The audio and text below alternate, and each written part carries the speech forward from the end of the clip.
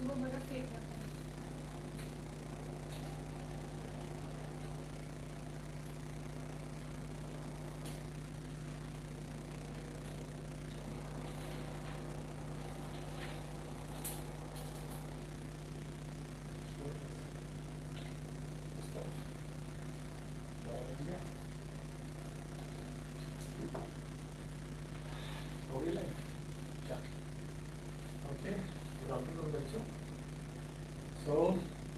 Chapter को आगे बढ़ाते हुए हम लोग कहाँ तक पहुँचे हैं वो थोड़ा एक रिकैप देता हूँ। तो हम लोग पहले 5 किंगडम क्लासिफिकेशन की बात कर रहे हैं। 5 किंगडम को इनुमरेट कर दिया था हम लोगों ने। नंबर 1 इज नोन एज यूरेरा,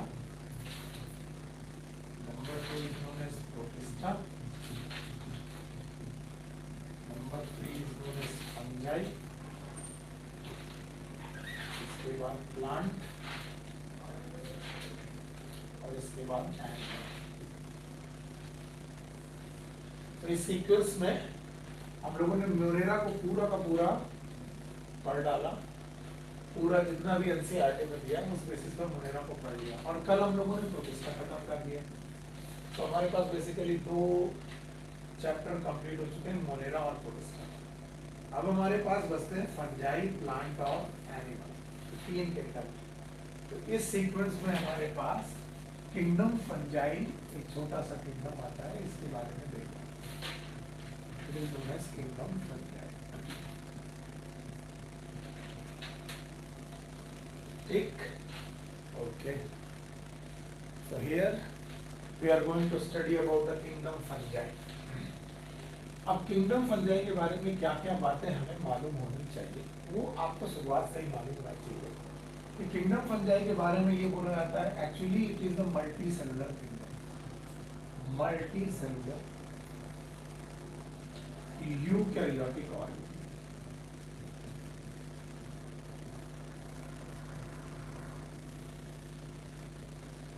एक ऐसे ऑर्गेनिज्म है जो मल्टी सेलुलर और यूकैरियोटिक। तो देखिए मल्टी सेलुलर यूकैरियोटिक में तो आपको प्लांट भी मिलेंगे, मल्टी सेलुलर यूकैरियोटिक में आपको एनिमल भी मिलेंगे। सो मल्टी सेलुलर यूकैरियोटिक कह के कुछ काम चलने वाला नहीं है। अगर आप कोई बोल दे कि नहीं मल्टी सेलुलर यूकैरियोटिक एप्रोच बन जाए, ऐसे काम चलने वाला नहीं, क्योंकि मल्टी सेलुलर यूकैरियोटिक में आपको प्लांट भी मल्टी सेलुलर यूकैरियोटिक मिलेंगे, फंजाई भी मल्टी सेलुलर यूकैरियोटिक। तो होता क्या, किंगडम फंजाई का आपको थोड़ा बहुत पहचान बनाना पड़ेगा। तो बोलते हैं they are non chlorophyllous plant like, non chlorophyllous,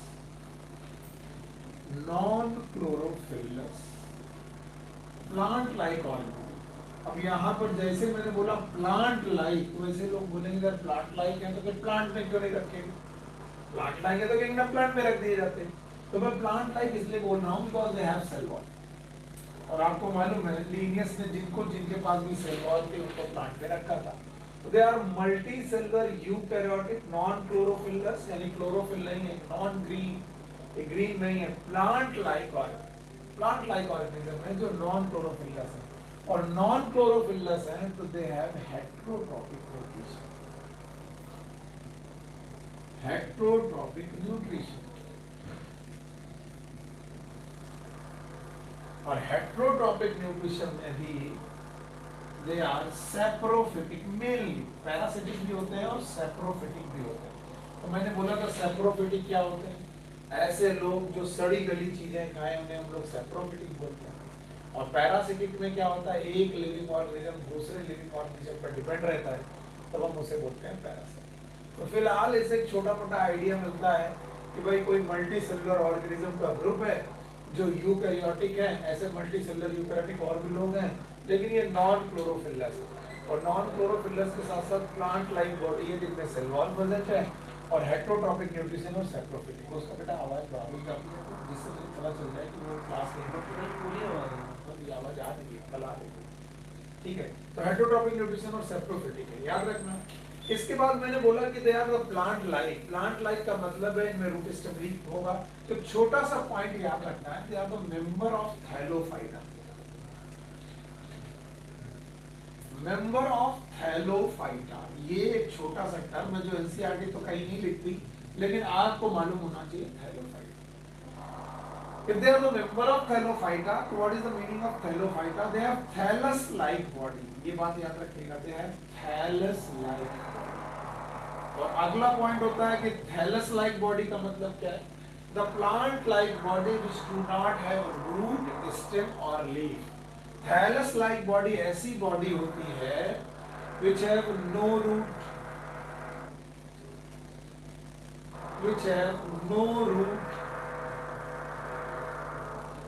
no stem,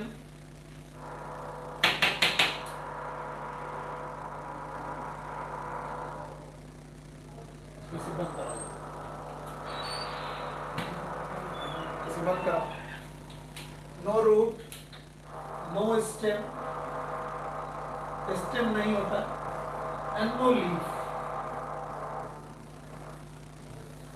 ना तो रूट है, ना तो स्टेम है, ना तो लीफ है, इनमें ना तो रूट है, ना तो स्टेम है, ना तो लीफ है। तो ऐसे बेटा मेंबर हैं किंगडम फंजाई के जो मल्टीसेलुलर यूकैरियोटिक है, नॉन क्लोरोफिलस है, प्लांट लाइक बॉडी है, हेटेरोट्रॉपिक न्यूट्रिशन है, सैप्रोफिटिक है, मेंबर ऑफ थैलोफाइटा है। ये वाला पॉइंट बहुत इंपॉर्टेंट है, member of Thallophyta. And what is the meaning of member of Thallophyta? Which have the thallus like body, जिनकी बॉडी थैलस लाइक हो। याद रखना थैलोफाइटा में एक और लोग आते हैं जिनको हम लोग बोलते हैं एल्गी। बस एल्गी की खास बात ये होती है कि वो भी फंजाई जैसे ही दिखते हैं, लेकिन बेटा एल्गी की खास बात होती है कि एल्गी क्लोरोफिलस होते हैं, दे आर नॉट क्लोरोफिलस। तो चलो इनका परिचय पहले केवल लेते हैं कि किंगडम फंजाई क्या हो गया। तो कहते kingdom Fungi they are multicellular eukaryotic organism. पहले किंगडम फंजाई के बारे में याद रखो, दे आर मल्टीसेलुलर यानी eukaryotic organism. Non chlorophyllous plant like wall, यानी इनकी भाई प्लांट लाइक सेल वॉल है, याद रखना है, पर सेल वॉल काइटिन की बनी, वो बाद में देखेंगे। हेटेरोट्रॉपिक न्यूट्रिशन है, मेनली सैप्रोफिटिक है, जो क्लोरोफिल नहीं पाया जाता है। इसके बाद they are the member of Thallophyta, thallus like body है, no root, no stem, no leaf, और ऐसा ही मेंबर ऑफ थैलोफाइटा बेटा कभी है। तो खैर इससे कोई ज्यादा आइडिया नहीं होता, एक परिचय बनता है। अगर मैं कोई बोलूं फंजाई क्या है, तो वो लोग क्लोरोफिल नहीं होता, एलईडी जैसा दिखता है, ना तो रूट है, ना तो स्टेम है, ना तो लीफ है, और सब सैप्रोफिटिक होता है मोस्ट ऑफ, कभी कभी तरह। अच्छा, अब अगर मैं किंगडम फंजाई बोलूं कि चलो किंगडम फंजाई पढ़ते हैं, और अगर मैं बोलूं कि चलो एमी किंगडम फंजाई पढ़ लेंगे, तो फिर आप मुश्किल में जाओगे, और मुझे मालूम है वो क्या क्या मुश्किलें होंगी। लेकिन अगर हम लोग थोड़े चालाक हैं तो हमें मालूम है हमारे 8 पॉइंट याद है ना, 8 पॉइंट। तो किंगडम फंजाई में जो सबसे पहला पॉइंट आएगा that is known as habit and habitat. ये कहाँ रहते हैं और इनकी हैबिट क्या है और ये कहाँ कहाँ रहते हैं। तो पहला पॉइंट है habit and habitat kingdom Fungi. तो याद रखना किंगडम फंजाई के member they are cosmopolitan, cosmopolitan.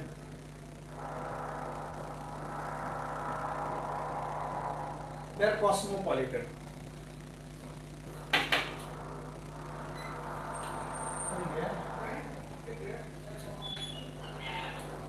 तो हैबिट एंड हैबिटेट में दे आर कॉस्मोपॉलिटन। कॉस्मोपॉलिटन का मतलब है ये आपको लैंड में मिलेंगे, ये आपको वाटर में मिलेंगे, और ये आपको एयर में मिलेंगे। तो लैंड, वाटर, एयर किसी भी जगह पर मिलेंगे। बस याद रखना इनकी खास बात है कि ये जहां पर मिलेंगे, वेदर मींस लैंड, वाटर तो अपने आप मॉइस्चर है, एयर है, वहां पर मॉइस्ट प्लेस होनी चाहिए, मॉइस्ट होना चाहिए, मॉइस्ट प्लेस होनी चाहिए, डैम्प होना चाहिए, मॉइस्ट एंड डैम्प प्लेसेस।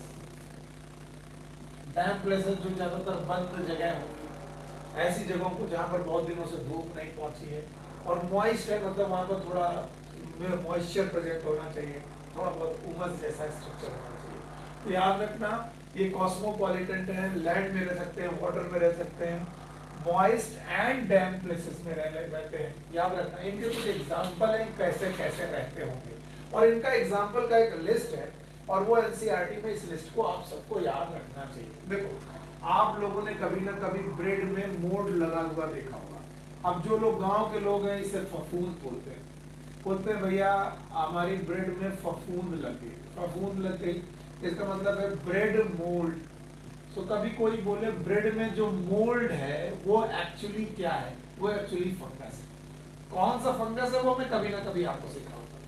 फिलहाल तो जो एनसीईआरटी की अंडरलाइन है, जो लाइन है वो याद रखो।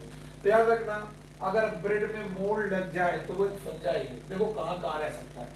कभी आपने संतरा देखा होगा, संतरे में आपने देखा होगा कोई बात सड़ सा गया है, इसे बोलते हैं रॉट, सड़ा हुआ पार्ट, तो बोलते हैं रॉट ऑफ ऑरेंज।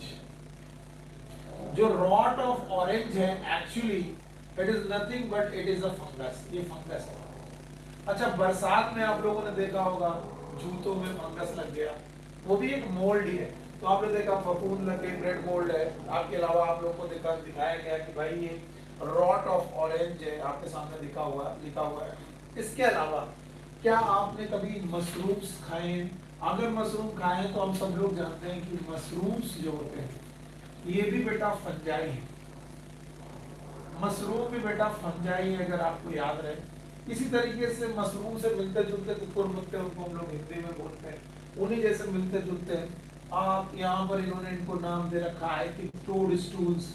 तो भाई आपके पास मशरूम्स हैं, टोड स्टूल्स हैं, ये सब फंगस है।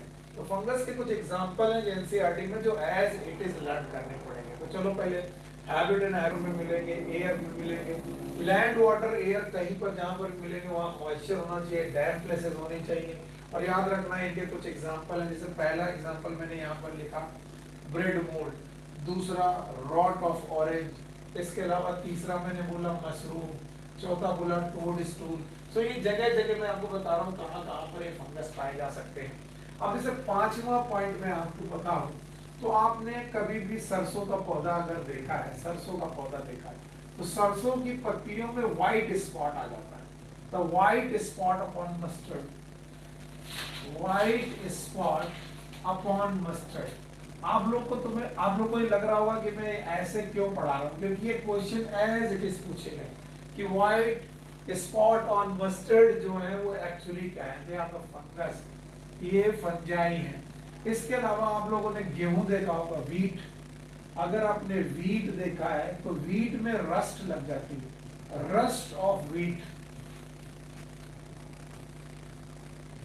जो रस्ट ऑफ वीट है ये पक्सीनिया नाम के फंगस के द्वारा पाई जाती है। पक्सीनिया नाम का एक बड़ा फंगस होता है, उसकी वजह से होती है। तो ये 5 हो गया, ये 6 हो गया। तो ये 6 एग्जांपल पहले लर्न करिए, फिर मैं और एग्जांपल देता हूं। तो पहले बताओ ब्रेड मोल्ड, जो बेटा ब्रेड में लगने वाली फफूंद है वो एक्चुअली क्या है, फंगस है। रॉट ऑफ ऑरेंज, यानी ऑरेंज में, संतरों में, फलों में अगर कभी कोई रॉट लग जाए, सड़ी गली चीजें हो जाए, वो फंगस है। इसके अलावा मशरूम आपके हिसाब से फंगस है, मेरे हिसाब से भी फंगस है। टोड स्टूल फंगस है। इसके अलावा आपको मालूम है white spot upon mustard, mustard में बेटा सफेद पत्तियों में सफेद दाग पड़ जाते हैं, वो फंगस है। इसके अलावा ब्लैक रस्ट होती है, काली काली रस्ट जैसी हो जाती है, पत्तियां खराब हो जाती हैं वीट की, तो rust of wheat it is nothing but fungus. तो ये सब एग्जांपल है।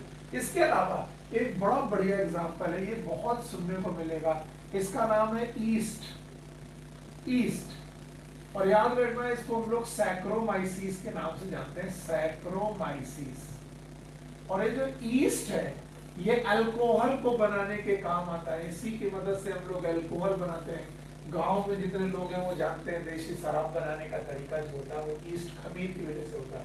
कुछ विदेशों में चले जाओ तो ब्रेड बनाने का काम भी बेटा हम लोग ईस्ट की मदद से भी करते हैं। तो 7वां पॉइंट ये हो गया।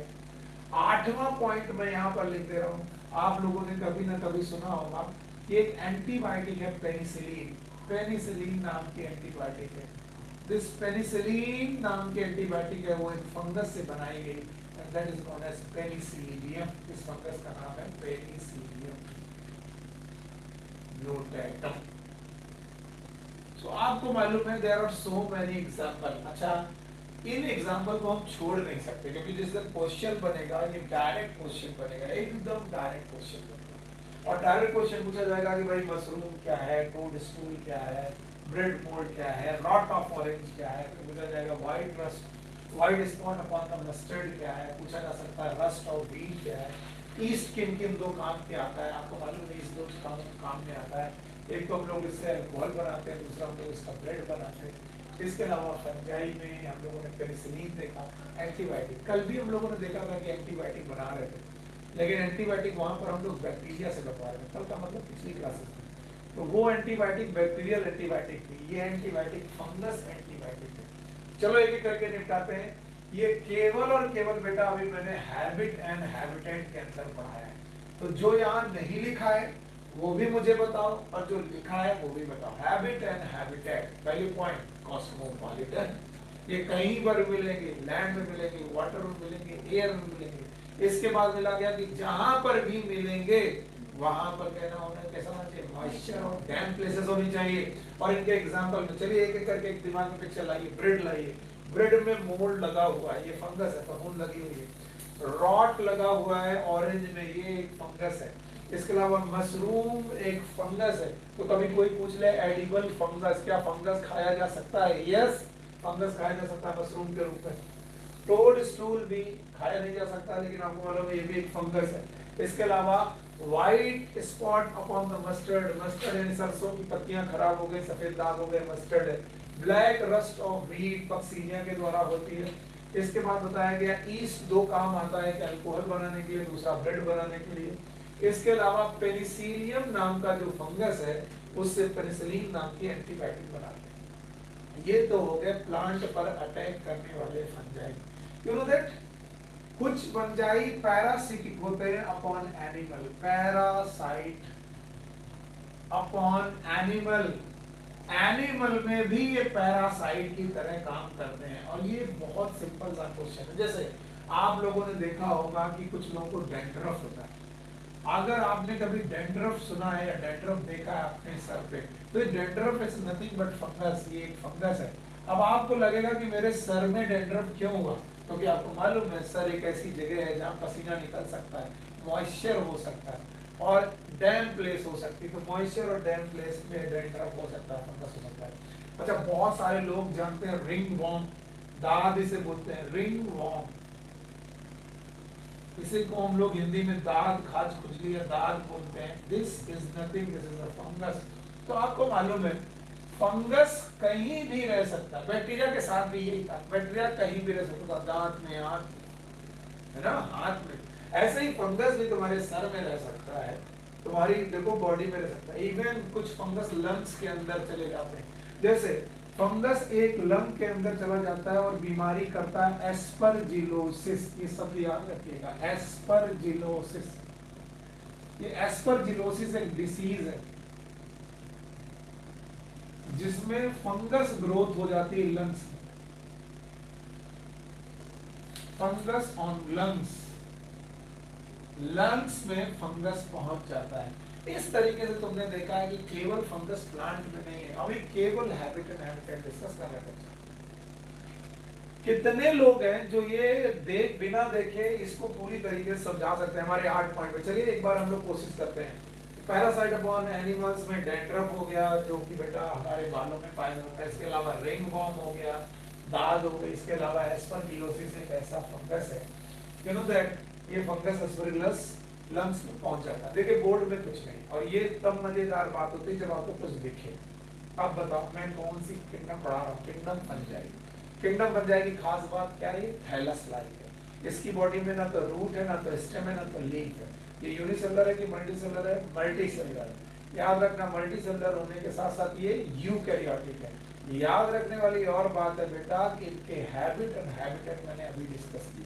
और जितने लोग भी ये 11-12 पॉइंट डिस्कस कर लेंगे उनको अच्छे से फंगस समझ में आए। चलो, ब्रेड मोल्ड 1, ठीक है, orange rot 2, okay, mushroom 3, toadstool 4, इसके अलावा yes wheat spot upon mustard, इसके अलावा black rust of wheat Puccinia, इसके अलावा ईस्ट जो हमारे काफी काम आता है, ब्रेड और मोल्ड, ब्रेड और अल्कोहल बनाने का काम आता है। इसके अलावा आपके साथ है बेटा Penicillium, that is antibiotic, 8 point. इसके बाद एनिमल के ऊपर आपने देखा, यस, नंबर 1 इज डैंड्रफ। इसके अलावा यू नो दैट रिंगवॉर्म जिसे दांत बोलते हैं, aspergillosis, there are so many fungal disease. जब आप डॉक्टर बनेंगे बहुत सारी फंगल डिसीज जो आपको पढ़नी, आपकी किस्मत में आपको पढ़ना ही। अच्छा, हैबिट एंड हैबिटेट के बाद दूसरा पॉइंट अगर हम लोग फंजाई में पढ़े तो वो क्या है? जो लोग नहीं जानते उन्हें बताते चलो, और जो लोग जानते हैं वो लोग मेरे साथ आगे बढ़ते जाए। हैबिट एंड हैबिटेट के बाद हम लोग जो दूसरा पॉइंट पढ़ते हैं, इट इज फॉर्म। ये 8 पॉइंट शेड्यूल हमेशा दिमाग में रखिएगा और कभी कोई भी टॉपिक मुश्किल नहीं लगेगा। दूसरा पॉइंट है फॉर्म। तो फॉर्म लिखते वक्त बोलना दे आर मल्टी सेलुलर, याद रखना मल्टी सेलुलर ऑर्गेनिज्म है। और किंगडम फंजाई मल्टी सेलुलर है and eukaryotic, they are multi cellular and eukaryotic. अब एनसीईआरटी ने एक बड़ा सुंदर सा बात हमें बताया है। सुंदर सी बात उन्होंने क्या बताया कि देयर इज वन फंगस, एक एक्सेप्शन है, एक एक्सेप्शन की तरह मानो, दिस इज एक्सेप्शन, ये एक एक्सेप्शन की तरह माना जाता है। There is one fungus which is unicellular, एक ऐसा फंगस है जो यूनिसेलुलर होता है, यानी दुनिया का सारा फंगस मल्टीसेलुलर नहीं होता, एक ऐसा फंगस है जो यूनिसेलुलर है, एंड दैट इज ईस्ट। इसे हम लोग ईस्ट बोलते हैं, पहले भी मैंने बोला है, इसको हम लोग बोलते हैं सैक्रोमाइसीस। सैक्रोमाइसीस सेरिवेसी वो पूरी स्पीसीज का नाम है। फिर से सुनो, कितना सिंपल सी कहानी मैंने बोली कि हैबिट एंड हैबिटेट के बाद हमें पढ़ना है फॉर्म, और फॉर्म पढ़ते वक्त हमने बोला कि ये जो फंगस होते हैं, ये किंगडम फंजाई जो होता है, मल्टी सेलुलर लोगों का है। अब इस किंगडम फंजाई में जो मल्टी सेलुलर लोग हैं वो सारे मल्टी सेलुलर नहीं है, एक्सेप्शन है एक, that is known as yeast. और यकीन मानिए, अगर मैं आपको छोटी सी बात सिखाऊं तो आप बुरा नहीं मानेंगे कि सर ईस्ट तो सर यूनिसेलुलर हो गया, ठीक है, और ईस्ट तो सर यूकैरियोटिक हो गया। ईस्ट यूनिसेलुलर भी हो गया और यूकैरियोटिक भी हो गया। इस हिसाब से कोई भी बंदा जो यूनिसेलुलर हो और यूकैरियोटिक हो, उसे तो सर प्रोटिस्टा में होना चाहिए। यस, ईस्ट को कुछ साइंटिस्ट ने इवन विटेकर के क्लासिफिकेशन में प्रोटिस्टा में क्लासिफाई किया गया था, एकदम सही है, लेकिन नए क्लासिफिकेशन में इसे बाहर हटा दिया गया। हम लोग जब तक पढ़ रहे थे तब तक ईस्ट को प्रोटिस्टा का मेंबर ही पढ़ाया जा रहा था। आज भी इसको मैं पढ़ाऊंगा तो प्रोटिस्टा का ही मेंबर पढ़ाऊंगा। तब आप बोलोगे सर प्रोटिस्टा के किस ग्रुप में? अब मैं बोलूंगा प्रोटिस्टा के कितने ग्रुप होते हैं? तुमने बोला सर 5 ग्रुप होते हैं।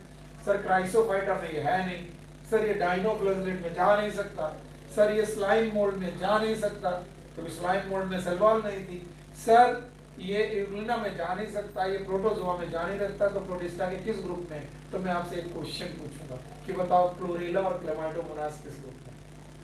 तो वो भी तो उन 5 ग्रुप में नहीं है। So there are some minor groups of the Protista. कल भी मैंने बताया था, पहले भी बताया था, प्रोटिस्टा के कुछ माइनर ग्रुप हैं जिनमें ईस्ट को क्लासिफाई किया गया था।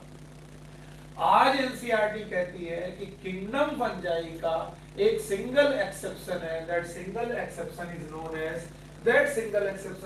As yeast, and yeast is also known as Saccharomyces. और इस तरीके से सैक्रोमाइसीस अकेला एक एग्जांपल बचता है जो फंगस में यूनिसेलुलर है। और अगर कभी क्वेश्चन बनाने पे आ जाए कि ईस्ट को हम लोग बेटा किंगडम फंजाई में क्लासिफाई करें कि बेटा हम प्रोटिस्टा में क्लासिफाई करें, तो हमारे पास प्रोटिस्टा ही इसका आंसर आएगा और मुश्किल में मत पड़िएगा। तो देखिए फॉर्म, हैबिट एंड हैबिटेट के बाद आपके सामने फॉर्म आ गए। अगर फॉर्म आ जाने के बाद हम लोग इनकी मॉर्फोलॉजी डिस्कस करेंगे, that will be more better और better way to talk about the morphology, अगर हम लोग इनके स्ट्रक्चर को सेल के हिसाब से देखें। तो सबसे पहले किंगडम फंजाई, किंगडम फंजाई में हैबिट एंड हैबिटेट आपने देख लिया। दूसरा पॉइंट है फॉर्म, यहाँ पर चलते चाहिए कि किंगडम फंजाई को प्लांट और एनिमल के साथ, मल्टीसेलुलर लोगों के साथ क्लासिफाई किया गया है।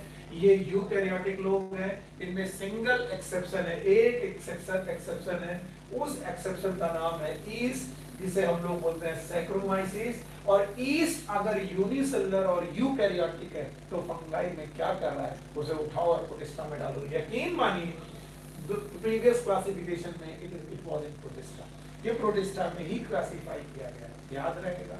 इतना रख लेने के बाद हम लोग फंजाई की मॉर्फोलॉजी पढ़ते हैं, फंजाई की मॉर्फोलॉजी को डिटेल में पढ़ते हैं और समझने की कोशिश करते हैं। याद रखना मॉर्फोलॉजी बड़ी इंपॉर्टेंट है, तो मॉर्फोलॉजी को डिटेल में पढ़िएगा। तो सबसे पहले मॉर्फोलॉजी पढ़ते वक्त मैं फंजाई की एक कोशिका को पढ़ने की कोशिश करता हूँ, single cell. First we want to study about the single cell. अगर फंगस की किसी एक कोशिका को आप देखेंगे तो इस कोशिका में बढ़िया सा न्यूक्लियस है क्योंकि यूकैरियोटिक है और cytoplasm. The single cell they have cytoplasm, very good, they have cytoplasm, one point. और दूसरा, इनमें एक बढ़िया सा न्यूक्लियस है, ये बात आप लोग याद रखिएगा, कहीं पर भी से भूलिएगा। Okay, now one more thing याद रखना, इनके चारों तरफ एक वॉल है, ये याद रखने वाली बात है, वॉल। और ये जो वॉल है it is known as cell wall, इसे हम लोग सेल वॉल बोलेंगे। And this cell wall is made up of chitin, ये कभी मत भूलिएगा। काइटिन एक नाइट्रोजन कंटेनिंग पॉलीसेकेराइड है, it is nitrogen containing polysaccharide, ये एक नाइट्रोजन कंटेनिंग पॉलीसेकेराइड है। ओके, तो हम लोगों ने देखा कि मॉर्फोलॉजी में किसी भी एक फंगस की कोशिका को जब तुम देखोगे तो उन फंगस की एक कोशिका में आप देखेंगे कि there is a cytoplasm, there is a well formed nucleus, there is a cell wall made up of chitin, chitin is nitrogen containing polysaccharide. This thing, अब हुआ क्या कि इन सेल से, इन्हीं सेल से कुछ रॉड लाइक स्ट्रक्चर बने, like this, and these rod like structure are known as hypha, इन्हें हम लोग बोलते हैं हाइफा। ध्यान सुनिए, they are known as hypha. इसका मतलब हाइफा जो स्ट्रक्चर है ये मल्टी सेलुलर स्ट्रक्चर हो सकते हैं, दे हैव मेनी सेल्स, बहुत सारी सेल्स के रॉड लाइक स्ट्रक्चर बन सकते हैं। और बहुत सारी सेल्स हैं अगर तो इनमें भाई अलग अलग न्यूक्लियस होता जाएगा और अलग अलग साइटोप्लाज्म हो जाएगा, और अलग अलग साइटोप्लाज्म होगा तो अलग अलग सेल की बाउंड्रीज दिखती जाएंगी। ये हाइफा है जो फिलामेंट लाइक है और रॉड लाइक है, they are the rod like.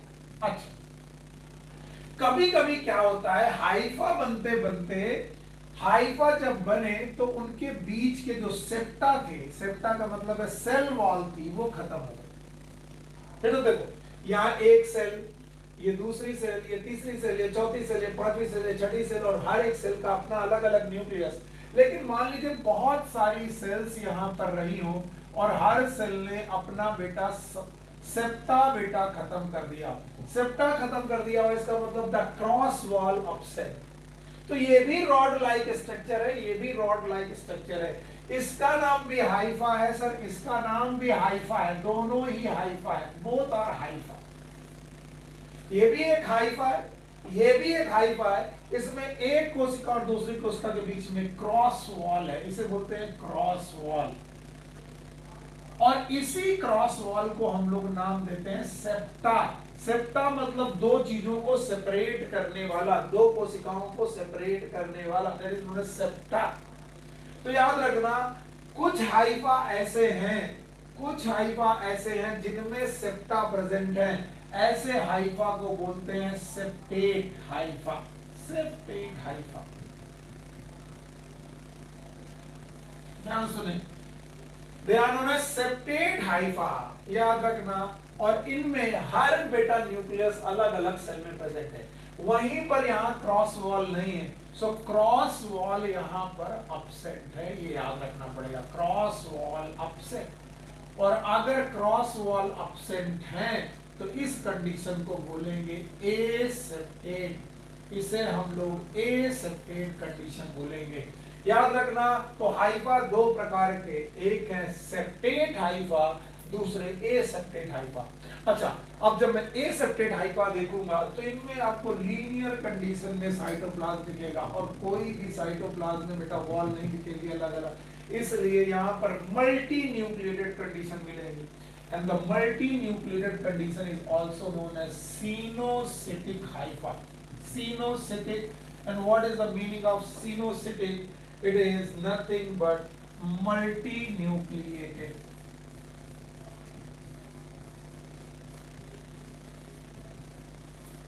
It is a multi-nucleated hypha. So यहाँ पर आपके पास सेप्टेट हाइफा है, सेप्टा के साथ हाइफा है, यहाँ पर एसेप्टेट हाइफा है, बिना सेप्टा के हाइफा है। बिना सेप्टा के हाइफा होने की वजह से जो न्यूक्लियस है वो अलग अलग नहीं दिख रहे, तो ऐसा लगता है कि एक ही हाइफा में बहुत सारे न्यूक्लियस आ गए हैं, और बहुत सारे न्यूक्लियस आने की वजह से हम इन्हें बोलते हैं सिनोसिटिक और मल्टी न्यूक्लिएटेड हाइफा। तो ये रहे आपके सेप्टेट हाइफा, ये रहे एसेप्टेट हाइफा, और ये सेप्टेट हाइफा या एसेप्टेट हाइफा किससे बने हैं? They are made up of fungal cell. आप सुनो, एक छोटा सा स्ट्रक्चर में यहां बनाने की कोशिश कर रहा हूं। When these hypha they become cross wall like structure, ये जो हाइफा है cross wall like chain like structure या नेटवर्क ऑफ हाइफा बनेगा। There is a network of hypha. This network of hypha is known as mycelium. तो याद रखना, network of hypha is known as mycelium. तो आपको कभी पूछा जाए what is the name of network of hypha, hypha बहुत सारे नेटवर्क बनाने लगे, बहुत सारे नेटवर्क बनाए, इस तरीके से वहां पर जो स्ट्रक्चर बनेगा उसका नाम होगा माइसीलियम। सो मेरे साथ आप समझने की कोशिश करिए और बताइए कि फंजाई मॉर्फोलॉजी के बेसिस पर क्या क्या और किस तरीके से दिखते हैं। अगर आप बताते जाएंगे तो काम बनता जाएगा। चलो, मॉर्फोलॉजी बताते वक्त मैंने बोला कि फंजाई के पास अपनी एक सेल होती है, और फंजाई के पास अपनी एक सेल होती है। Okay,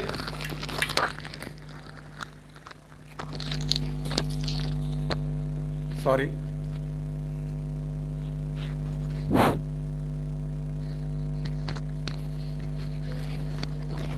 okay.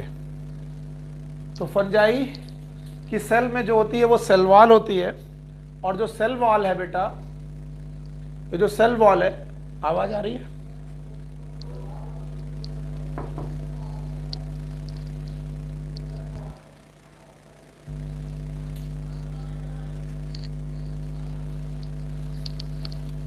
ओके,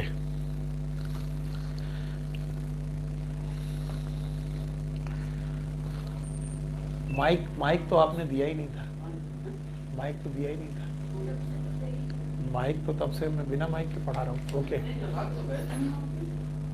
चलो चलो, कोई नहीं। Okay, sorry. So may be sound में क्लियर ना हो क्योंकि माइक में अभी तक लगा के नहीं था। ओके ओके, ध्यान समझिए। सो मॉर्फोलॉजी के दौरान हम लोगों ने पढ़ा कि इनके पास अपनी कोशिकाएं हैं, कोशिकाओं में आपके पास फुल फॉर्म न्यूक्लियस है, साइटोप्लाज्म है, सेल वॉल है, सेल वॉल काइटिन की बनी है, इन सेल से मिलकर के बने हाइफा। हाइफा में अगर क्रॉस वॉल है तो इन्हें बोलेंगे सेप्टेट हाइफा, अगर क्रॉस वॉल नहीं है और आपस में मल्टी न्यूक्लिएटेड कंडीशन है, एसेप्टेट हाइफा। कई बार नेटवर्क बनेगा, that is known as mycelium. अगर मैं इतना पढ़ाता हूं तो मैं खुद ही डाउट में रह जाता हूं कि मैंने सही पढ़ाया कि नहीं पढ़ाया। अच्छा बताओ, मैंने आपको बोला था कि फंगस के पास तो सर मॉर्फोलॉजी में थैलस होता है, और थैलस सब तो आपने सर कभी बताया नहीं। तो मैंने कहा हाँ बेटा, मैंने थैलस नहीं बताया। अब मैं पीछे से लौटते हुए चलता हूं, जरा पीछे से लौटते हुए चलो। देखो भाई, there is a one cell, there is a one cell with cell wall. ये रही one cell with cell wall. बहुत सारी सेल वॉल मिलकर के, बहुत सारी सेल मिलकर के बने, these are known as hypha. They may be multinucleated hypha, sorry, they may be septate hypha. बहुत सारे हाइफा मिलकर के क्रॉस लिंक बनाए, और क्रॉस लिंक बनाने के बाद they will form the mycelium. इन्होंने बनाई माइसीलियम, और माइसीलियम कंपोज करके बनाए थैलस। बताओ मैंने क्या बनाया? बोले सर आपने तो मशरूम बनाया है। तो बोले मशरूम एक बॉडी है जो कैसी लग रही है? थैलस। इस थैलस को अगर तुम माइक्रोस्कोप से देखोगे तो उसमें क्या दिखेंगी? माइसीलियम। माइसीलियम की हर एक रॉड क्या दिखेगी? Every rod is known as hypha. और हाइफा जो बनी होगी वो किससे बनी होगी? Fungal cell. तो याद रखो, फंगल सेल मिलकर के बनाएंगी हाइफा, हाइफा मिलकर बनाएंगे माइसीलियम, माइसीलियम बना के थैलस। तो मैंने पहले ही बोला था, fungus are the member of Thallophyta. अच्छा, एक बड़ा फेमस क्वेश्चन है कि बताओ किस फंगस में माइसीलियम और हाइफा नहीं होते, और वो इसका आंसर देते हैं ईस्ट। बोलते हैं there is a one fungus does not contain contain hypha, एक ऐसा फंगस जिसके पास हाइफा नहीं है, one fungus that does not contain hypha. तो हाइफा होने के लिए मल्टी न्यूक्लिएटेड होना पड़ेगा, और आपको मालूम है ईस्ट इज अ यूनिसेलुलर और यूनिसेलुलर ऑर्गेनिज्म, तो ईस्ट के पास ना तो हाइफा होंगे ना तो माइसीलियम होंगी, और इस तरीके से आप समझ पाओ। अगर अभी भी कुछ डर लग रहा तो 8 पॉइंट में देखो, पहला पॉइंट क्या था, हैबिट एंड हैबिटेट, दूसरा पॉइंट क्या था, फॉर्म, फॉर्म में मैंने क्या पढ़ाया, फॉर्म में पढ़ाया फंजाई मल्टी सेलुलर होने चाहिए, यूकैरियोटिक होने चाहिए except one, that is east, और इसीलिए ईस्ट को हम लोगों ने किसमें रखा, प्रोटिस्टा। खैर, इसके बाद मॉर्फोलॉजी पढ़ाई, और मॉर्फोलॉजी पढ़ाते पढ़ाते मैंने पढ़ाया कि मॉर्फोलॉजी में फंगस के पास अपनी सेल होती है, जिनके पास सेल वॉल होती है, cell wall is made up of chitin, cytoplasm होता है, वेल फॉर्म न्यूक्लियस होता है, फिर वो हाइफा बनाते हैं। हाइफा दो प्रकार के होते हैं, सेप्टेट एंड एसेप्टेट। अच्छा, एक और बात है कि कई बार जो हाइफा हैं वो सेप्टेट के साथ साथ ब्रांच भी होते हैं। देखिए, मान लीजिए ये एक हाइफा है, इसमें आपको साफ साफ सेप्टा दिख रहे हैं, अलग अलग सेप्टा दिख रहे हैं, और इन्हीं सेप्टा से एक ब्रांच निकल जाए तो आप बोलोगे sir these are septate and branched hypha, septate and branched hypha. और यही सेप्टेट एंड ब्रांच हाइफा आगे चल के माइसीलियम बना देते हैं, और इस तरीके से फंजाई का बड़ा मॉर्फोलॉजी आपके सामने क्लियर हो जाती है। अगर क्लियर हो जाती है तो हम मॉर्फोलॉजी को बाय करते हैं। चलिए एक बार फिर से देखते हैं हम पढ़ क्या रहे हैं। ऐसा ना हो मैं पढ़ाते पढ़ाते कई बार बच्चों को देखता हूँ कि बच्चे हाँ तो करते रहते हैं, फिर पढ़ते पढ़ते वो ये भूल जाते हैं कि वो एक्चुअली क्या शुरू किए थे। तो देखो हमने शुरू क्या क्या किया था, हमने सर फंगस का हैबिट एंड हैबिटेट पढ़ लिया है, बार बार मैं यही लिख रहा हूँ। दूसरा हमने सर फॉर्म पढ़ लिया है सर। तीसरी हमने इनकी मॉर्फोलॉजी पढ़ ली है। मैंने कहा वेरी गुड, तुम सही चल रहे हो। मॉर्फोलॉजी के बाद सर नंबर आता है एनाटमी का, सर एनाटमी पढ़ाइए, एनाटमी इफ रिक्वायर्ड। मजे करिए, आपकी एनसीईआरटी में एनाटमी नहीं है तो मैं एनाटमी नहीं पढ़ाने जा रहा हूँ, नॉट रिक्वायर्ड। अगर एनाटमी पढ़ाने की जरूरत नहीं है तो अब बताइए सर हमारे पास अगला पॉइंट जो है वो पढ़ने के लिए कौन सा है, it is mode of nutrition. So अगला पॉइंट है मोड ऑफ न्यूट्रिशन, कि फंगस का मोड ऑफ न्यूट्रिशन क्या है, ये अपना खाना कैसे बनाते खाते हैं। तो पहली बात, फंगस आर नॉन क्लोरोफिलस, पहले ही बता दिया था, नॉन क्लोरोफिलस। अगर वो नॉन क्लोरोफिलस हैं तो नॉन फोटोसिंथेटिक हैं, और अगर नॉन फोटोसिंथेटिक है इसका मतलब ये अपना खाना खुद नहीं बनाते हैं, और अगर खाना नहीं बनाते हैं तो इनका मोड ऑफ न्यूट्रिशन ये है हेट्रोट्रॉपिक।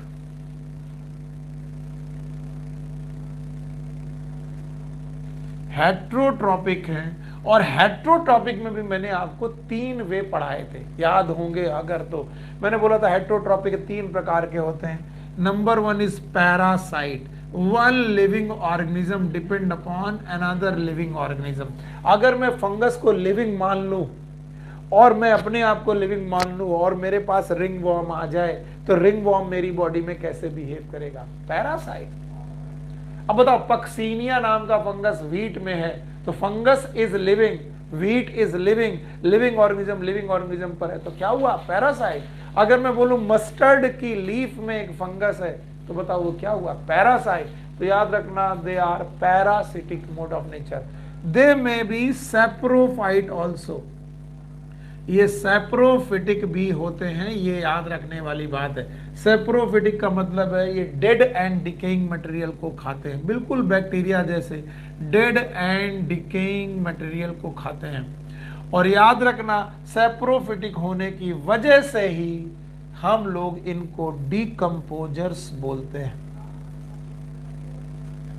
और आज मैंने बताया कि डिकम्पोजर्स के ग्रुप में 2 बड़े नाम, पहला किंगडम मोनेरा, दूसरा किंगडम फंजाई। अगर कभी तुम्हें पता चले कि डिकम्पोजर में कौन कौन लोग आते हैं तो आप बैक्टीरिया का भी नाम ले सकते हैं और फंजाई का भी नाम ले सकते हैं। So there are 2 mode of nutrition. मेरे ब्रदर, हेट्रोट्रॉपिक में भी 2 प्रकार के हैं, पैरासिटिक एंड सैप्रोफिटिक। अच्छा, पैरासिटिक एंड सेप्रोफिटिक के बाद जो आपको याद रखना चाहिए वो क्या है, there are some fungus which have symbiotic nutrition, symbiotic nutrition.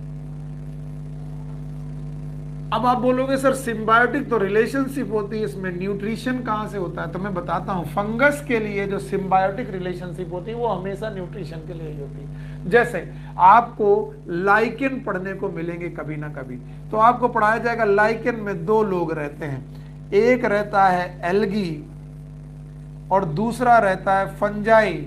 अब इनमें जो एल्गी होता है, ये एल्गी ये करता है फोटोसिंथेसिस, तो इसका मतलब है एल्गी का काम है खाना बनाना, और जो फोटोसिंथेसिस से फूड बना है वो फूड एल्गी खुद खाता है और साथ में किसे खिलाता है, फंजाई को। तो ये एक पैरासिटिक नहीं बोला जाएगा। आप बोलोगे sir one living organism depend upon another living organism, food और शेल्टर, ये भी पैरासाइट होना चाहिए, लेकिन यहां पर एल्गी फंजाई एक दूसरे को मदद कर रहे हैं। जब दो लोग एक दूसरे को मदद करते हैं तो सिम्बायोटिक, तो पैरासिटिक के साथ साथ ये सिम्बायोटिक रिलेशनशिप भी होता है। So lichen is symbiotic relationship. ठीक इसी तरीके से एक और सिम्बायोटिक रिलेशनशिप है, that is known as mycorrhiza. ये कई बार आपको इस एनसीईआरटी में पढ़ने को मिलेगा। तो माइकोराइजा वैसे भी अपने आप इंपॉर्टेंट पॉइंट हो जाता है। One is known as mycorrhiza. ये माइकोराइजा जो है it is again a symbiotic relationship, ये भी एक सिम्बायोटिक रिलेशनशिप है। अब आप फिर पूछेंगे सिम्बायोटिक रिलेशनशिप है, इसका मतलब पहली बार में नहीं समझे। एल्गी को भी फायदा, फंजाई को भी फायदा, दो लोग मिलकर के आपस में रह रहे हैं, दोनों को फायदा हो रहा है, सिम्बायोटिक रिलेशनशिप है लाइकेन की। वैसे ही माइकोराइजा है। माइको का मतलब ही होता है फंगस, याद रखना, फंगस। माइको का मतलब होता है फंगस, और राइजा का मतलब होता है रूट। तो root of higher plant, higher plant की जड़ों में फंगस छुप के रहते हैं, और इसे बोलते हैं माइकोराइजा, इसे बोलते हैं माइकोराइजा। तो आपने कभी पाइनस का नाम सुना होगा, मैं यहां बना देता हूं सिम्बायोटिक रिलेशन में पाइनस। आपने एक पौधे का नाम सुना होगा पाइनस। अब इस पाइनस की जड़ों में माइकोराइजा नाम के फंगस रिलेशन होते हैं। तो mycorrhiza is nothing, it is a symbiotic relationship between fungus and root of higher plant. Higher plant का मतलब gymnosperm and angiosperm, higher plant. Higher plant की जड़ों में और फंगस के बीच में जो रिलेशनशिप होता है इसे बोलते हैं माइकोराइजा। अब देखो इतनी देर से मैं पढ़ा रहा हूं और बेटा न्यूट्रिशन में याद करने के लिए केवल 4 बातें, और 4 बातों में हमने 15-20 मिनट बर्बाद कर दी। पहली बात, पहला पॉइंट है कि ये नॉन क्लोरोफिलस है, नोट कर लिया, नॉन क्लोरोफिलस है। नॉन फोटोसिंथेटिक है, यानी फोटोसिंथेसिस नहीं करते। फोटोसिंथेसिस नहीं करते तो हेट्रोट्रॉपिक न्यूट्रिशन करते हैं, यानी खाना अपना नहीं बनाते तो दूसरे का खाते हैं। दूसरे का खाते हैं तो या तो ये पैरासाइट है, तो आप पैरासाइट के नाम बता दो, या तो ये सेप्रोफाइट है, डेड एंड डिकेइंग, सड़ी गली चीजें खाते हैं। सड़ी गली चीजें खाते हैं तो इन्हें बोलते हैं डिकम्पोजर। सड़ी गली चीजें और भी बंदा खाता था, बैक्टीरिया। बैक्टीरिया भी क्या था, डिकम्पोजर। फंगस भी क्या है, डिकम्पोजर। तो जब मैं आपको इकोसिस्टम पढ़ाऊंगा तो डिकम्पोजर के एग्जाम्पल पढ़ाऊंगा, तो वहां पर आपको बोले जाएंगे 2 एग्जाम्पल, बैक्टीरिया एंड फंजाई। अच्छा, तो पैरासिटिक भी हो गए, सेप्रोफिटिक भी हो गए। नाउ अब बोला गया कोई और रिलेशनशिप है? यस सर, सिम्बायोटिक रिलेशनशिप है। इनमें से एक रिलेशनशिप का नाम है लाइकेन। इस लाइकेन में 2 लोग एक साथ रहते हैं, एल्गी और फंजाई, दोनों एक दूसरे को फायदा पहुंचाते हैं। तो लाइकेन भी एक सिम्बायोटिक रिलेशनशिप हो गया। इसके बाद हमारे पास एक रिलेशनशिप है माइकोराइजा। माइको का मतलब होता है फंगस, राइजा का मतलब रूट, यानी कि रूट ऑफ हायर प्लांट में फंगस जब एक साथ रहते हैं, कंडीशन का नाम माइकोराइजा है। बोर्ड में कुछ नहीं, फटाफट बोलो, जल्दी से बोलो। Number 1 heterotrophic. हेट्रोट्रॉपिक में भी पैरासिटिक, पैरासिटिक के अलावा सेप्रोफिटिक, इसके अलावा सिम्बायोटिक, और सिम्बायोटिक में भी 2, lichen and mycorrhiza. So it was the mode of nutrition. Now fungus का most important topic, it is mode of reproduction. तो फंजाई में फिर से एक इंपॉर्टेंट टॉपिक आता है, it is known as mode of reproduction. Mode of reproduction.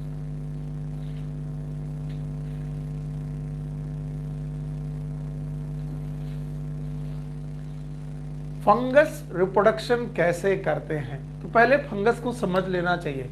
Fungus की body है एक थैलस बॉडी। थैलस बॉडी में पहले बता चुका हूं, which is not having the root stem and leaf. तो फंगस की अपनी एक बॉडी जो है वो थैलस बॉडी है।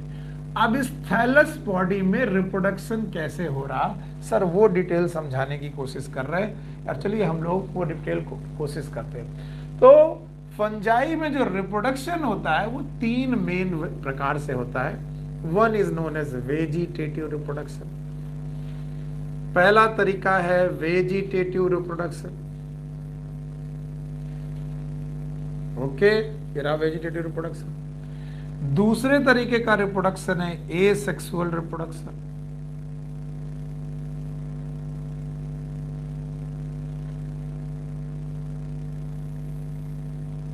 और तीसरे तरीके का रिप्रोडक्शन है सेक्सुअल रिप्रोडक्शन।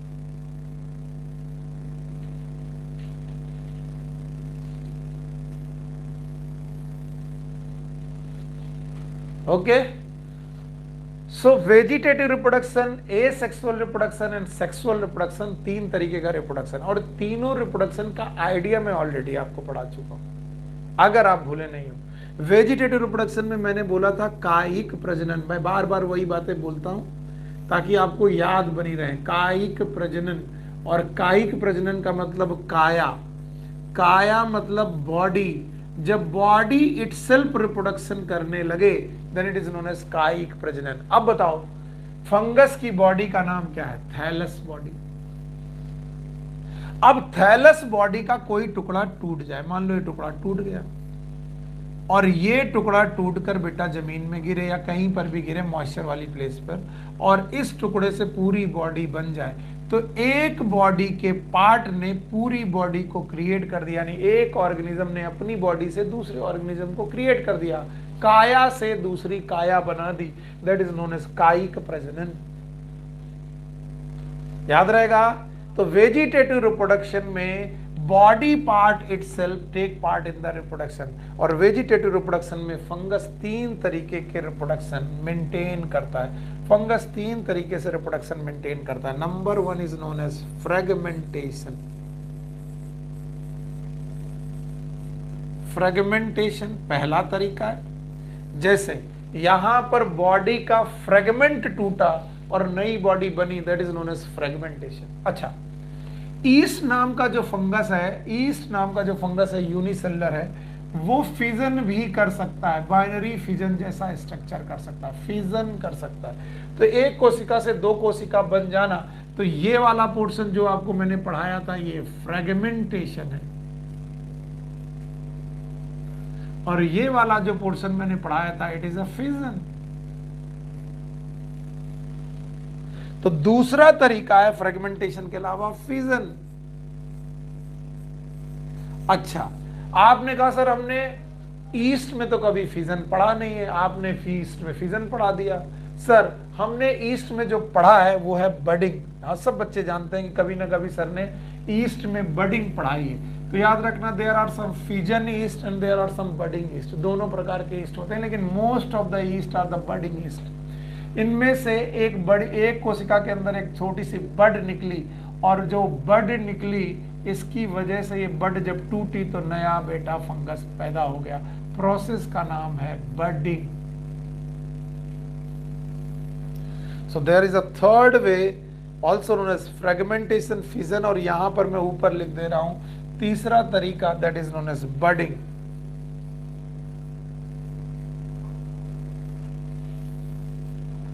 सो हम लोग कह सकते हैं मोड ऑफ रिप्रोडक्शन में फंगस का 3 तरीके का मोड ऑफ रिप्रोडक्शन है, वो हमें याद रखना चाहिए। There are 3 type of mode of reproduction. One is known as vegetative reproduction, another one is asexual reproduction, and third one is known as sexual reproduction. अभी तक मैंने वेजिटेटिव रिप्रोडक्शन ही clear किया है आपको। एसेक्सुअल रिप्रोडक्शन की तरफ मैंने आपका ध्यान नहीं खींचा है, और सेक्सुअल रिप्रोडक्शन की तरफ भी ध्यान नहीं खींचा है। याद रखना, एसेक्सुअल रिप्रोडक्शन और sexual reproduction they are most complicated, बहुत ज्यादा कॉम्प्लिकेटेड है इन केस ऑफ फंगस। तो थोड़ा सा समझने की कोशिश करिएगा, प्लीज समझने की कोशिश करिएगा, अदरवाइज अभी मामला कॉन्सेप्ट से बाहर चला जाएगा, और कॉन्सेप्ट से बाहर चला जाएगा तो जब तुम रिवाइज करोगे तो आपको बहुत मुश्किल आएगी। ओके, तो फिलहाल मैं इसे मिटाता हूं, इतना सीख लो पहले। मोड ऑफ रिप्रोडक्शन में 3 तरीके के रिप्रोडक्शन है, पहले इतना सीख लो। पहला है वेजिटेटिव रिप्रोडक्शन। वेजिटेटिव रिप्रोडक्शन का मतलब होता है बॉडी का पार्ट ही रिप्रोडक्शन करने लगे। मैंने कई बार मजाक में बोला कि मैं अपना अंगूठा काटूं, जमीन में गिरे, नए सर तैयार। It is vegetative reproduction because my thumb, my अंगूठा is the part of my body and body itself involved in the reproduction, it is known as vegetative reproduction. So by the way आप समझ गए। now asexual reproduction वो reproduction है जिसमें body में कुछ special structure बनते हैं लेकिन गैमीट नहीं बनता, वो आगे देखेंगे। और सेक्सुअल रिप्रोडक्शन तीसरे प्रकार का रिप्रोडक्शन है। अच्छा, वेजिटेटिव रिप्रोडक्शन के 3 मुख्य प्रकार, वन इज फ्रेगमेंटेशन, दूसरा फिजन, तीसरा बडिंग। यहां बड़ा बड़ा लिख लीजिए, fragmentation is the main way of vegetative reproduction. Fragmentation is main mode of vegetative reproduction.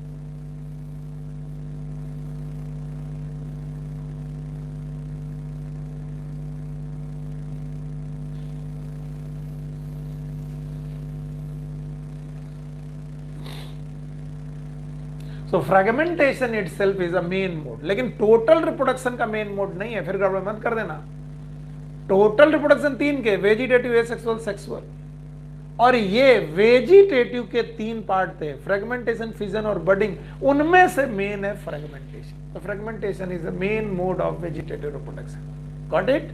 Now अगर इतना पढ़ लिया तो आपको मालूम है फिजन, बडिंग और फ्रेगमेंटेशन में फ्रेगमेंटेशन मुख्य तरीका है वेजिटेटिव रिप्रोडक्शन का। नाउ अब अगर मैं फ्रेगमेंटेशन पढ़ाने के बाद, वेजिटेटिव रिप्रोडक्शन के पढ़ाने के बाद फंगस का एसेक्सुअल रिप्रोडक्शन आपको पढ़ाऊं, सो व्हाट इट मींस। सबसे पहले व्हाट इज एसेक्सुअल रिप्रोडक्शन?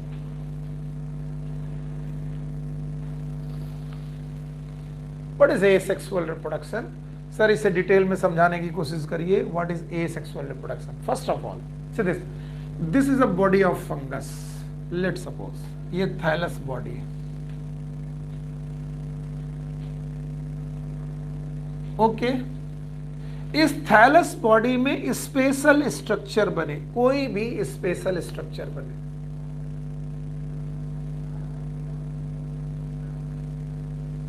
और उस स्पेशल स्ट्रक्चर से हो जाए reproduction, and then this is known as asexual reproduction. अभी देखो, मेरी बॉडी में अंगूठा इज नॉर्मल स्ट्रक्चर, उंगलियां इज नॉर्मल स्ट्रक्चर, नाक इज नॉर्मल स्ट्रक्चर, तो ये बॉडी का पार्ट ही रिप्रोडक्शन करने लगे, दैट वेजिटेटिव रिप्रोडक्शन। लेकिन मान लो मेरी बॉडी में एक नया उभार पैदा हो जो नॉर्मली पैदा नहीं होता, और उससे रिप्रोडक्शन हो जाए, then it is known as asexual reproduction. Although asexual reproduction में ही बॉडी का पार्ट काम लेता है, लेकिन ये नॉर्मल बॉडी पार्ट नहीं है, स्पेशल स्ट्रक्चर। याद रखना, एसेक्सुअल रिप्रोडक्शन में जनरली, मैं लिख रहा हूं, generally no gamete formation, generally no gamete formation. Asexual reproduction के दौरान गैमीट फॉर्मेशन जनरली नहीं होते। There is a no fertilisation, ना तो गैमीट फॉर्मेशन होता है, ना तो फर्टिलाइजेशन होता है। There is no zygote formation, ना तो जाइगोट बनता है। तो सर ना तो यहां गैमीट बन रहा है स्पेशल स्ट्रक्चर में, ना तो यहां फर्टिलाइजेशन हो रहा, ना तो जाइगोट बन रहा, तो फिर बन क्या रहा है? किसकी वजह से ये सेक्सुअल रिप्रोडक्शन हो रहा है? तो याद रखना, बनने वाले इन स्पेशल स्ट्रक्चर में एक स्ट्रक्चर है कोनिडियोफोर। ध्यान सुनना, कोनिडियोफोर। और वो क्या होते हैं मैं बताऊंगा। दूसरा बनने वाला स्ट्रक्चर हो सकता है sporangia. Sporangia. So conidiophore and sporangia, these are the structure by which fungus reproduce asexually। और जब लोग कुछ ना समझे तो रट्टा मार लें, वेजिटेटिव 3 प्रकार से, फ्रेगमेंटेशन, फिजन, बडिंग। एसेक्सुअल दो प्रकार से, कोनिडियोफोर मेनली और स्पोरेंजिया। अगर आप इतना सीख पाए तो मैं इसे और डिफाइन करने की कोशिश करूंगा, आपको आ ही जाएगा, चिंता मत करिएगा। एसेक्सुअल रिप्रोडक्शन में पहले याद रखना, no gamete formation. Asexual, no sex organ, no sex organ मतलब no gamete formation, no fertilization, no zygote formation, but इनकी बॉडी में एक स्पेशल स्ट्रक्चर बनता है, that is known as conidia, conidiophore, और इसके अलावा स्पोरेंजिया। तो फर्स्ट ऑफ ऑल हम लोग एक एक करके इन स्ट्रक्चर को देखते हैं। फर्स्ट ऑफ ऑल आप एक हाइफा देखिए, मान लीजिए एक ये सेप्टेट हाइफा है, this is a septate hypha, okay. इस सेप्टेट हाइफा के ऊपर एक स्ट्रक्चर बना, this structure is known as conidiophore.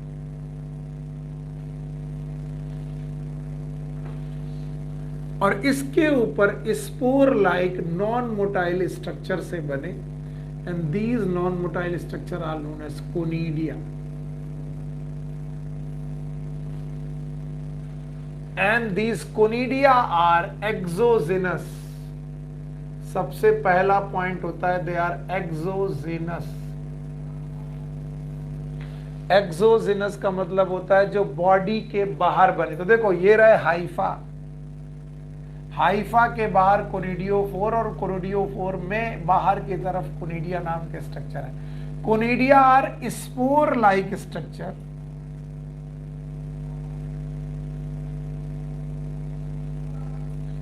Spore like structure which are non motile. ये नॉन मोटाइल स्ट्रक्चर हैं, और याद रखना जब भी ये कोनिडिया बाहर आएंगे तो ये नॉन मोटाइल जरूर हैं, लेकिन ये एयर करंट के द्वारा उड़ा लिए जाएंगे। एयर करंट के द्वारा उड़ा करके ये बेटा किसी दूर जगह पर प्लेस किए जाएंगे, और जहां पर प्लेस किए जाएंगे वहां हाइफा बना देंगे। तो पहला पॉइंट है कोनिडिया एक non motile spore like structure है। याद रखना ये लैंड फंजाई का, बहुत ध्यान सुनना, it is the feature of land fungi.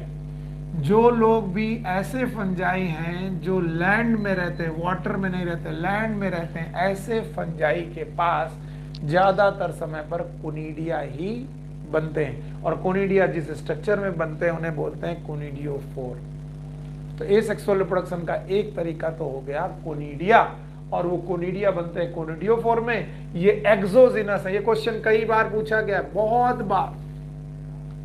Exogenous, exogenous का मतलब होता है सेल के बाहर, एक्सोजेनस स्ट्रक्चर है, और याद रखना लैंड फंजाई में पाए जाते हैं। अच्छा, इसे मिटा दूं, एक एक करके पढ़ते जाओ। स्पोर लाइक स्ट्रक्चर हैं, नॉन मोटाइल स्ट्रक्चर हैं, लैंड फंजाई में बनते हैं, एक्सोजेनस बनते हैं, और इन्हें हम लोग कोनिडिया बोलते हैं। अगर आप इतना सीख गए तो आगे सुनो, आगे सुनो। आगे जब हम बढ़ते हैं तो there is one more structure, it is known as sporangiospore. It is known as sporangiospores.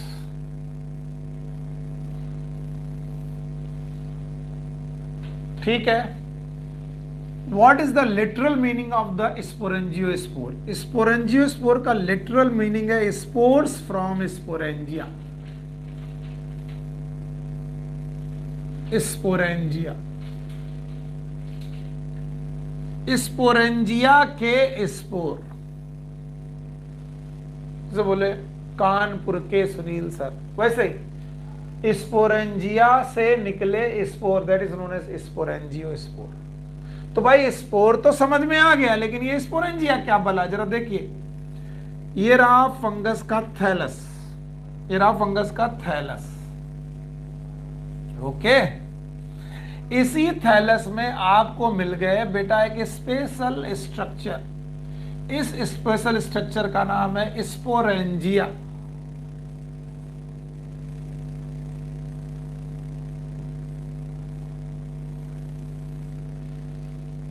Okay. और याद रखना मैंने आपको सिखाया था कि कहीं पर लिखा हुआ मिल जाए एंजिया, तो आप अपने समझने के लिए इसका मतलब समझिएगा इट विल प्रोड्यूस एंजिया लिखने मिल जाए। जैसे यहां पर लिख गया एंजिया, तो इसका मतलब है इट विल प्रोड्यूस, और जो आगे लिखा है वही प्रोड्यूस होगा, जो भी आगे लिखा है। मैंने बोला गैमीटेंजिया, मुझे बताओ what is the meaning of gametangia. Gametangia is the structure it will produce gamete. Gametangia में गैमीट बनेंगे। तो अगर मैं बोलूं स्पोरेंजिया, तो स्पोरेंजिया में एंजिया का मतलब हो गया इट विल प्रोड्यूस, और आगे लिखा है spore, it will produce spore. तो याद रखना, तो कभी कभी थैलस में स्पोरेंजिया बनती हैं और इन स्पोरेंजिया में बनते हैं स्पोर्स। अब याद रखना, ये जो स्पोर्स यहां पर बने हैं ये दो तरीके के हो सकते हैं। तो दो तरीके की स्पोरेंजिया और दो तरीके के स्पोर। अब ध्यान से सुनो, मैं एक ही साथ दोनों उठाता हूं। अगर स्पोर में फ्लैजला है, they are known as motile spore. They are known as motile spore and they are known as zoospores also.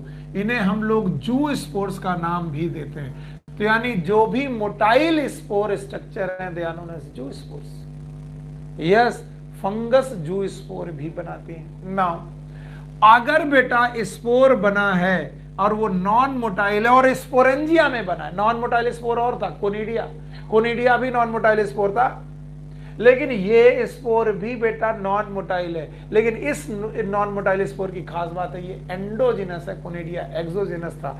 तो ऐसे स्पोर को हम लोग बोलेंगे नॉन मोटाइल स्पोर, और इस नॉन मोटाइल स्पोर का दूसरा नाम ए प्लानो स्पोर।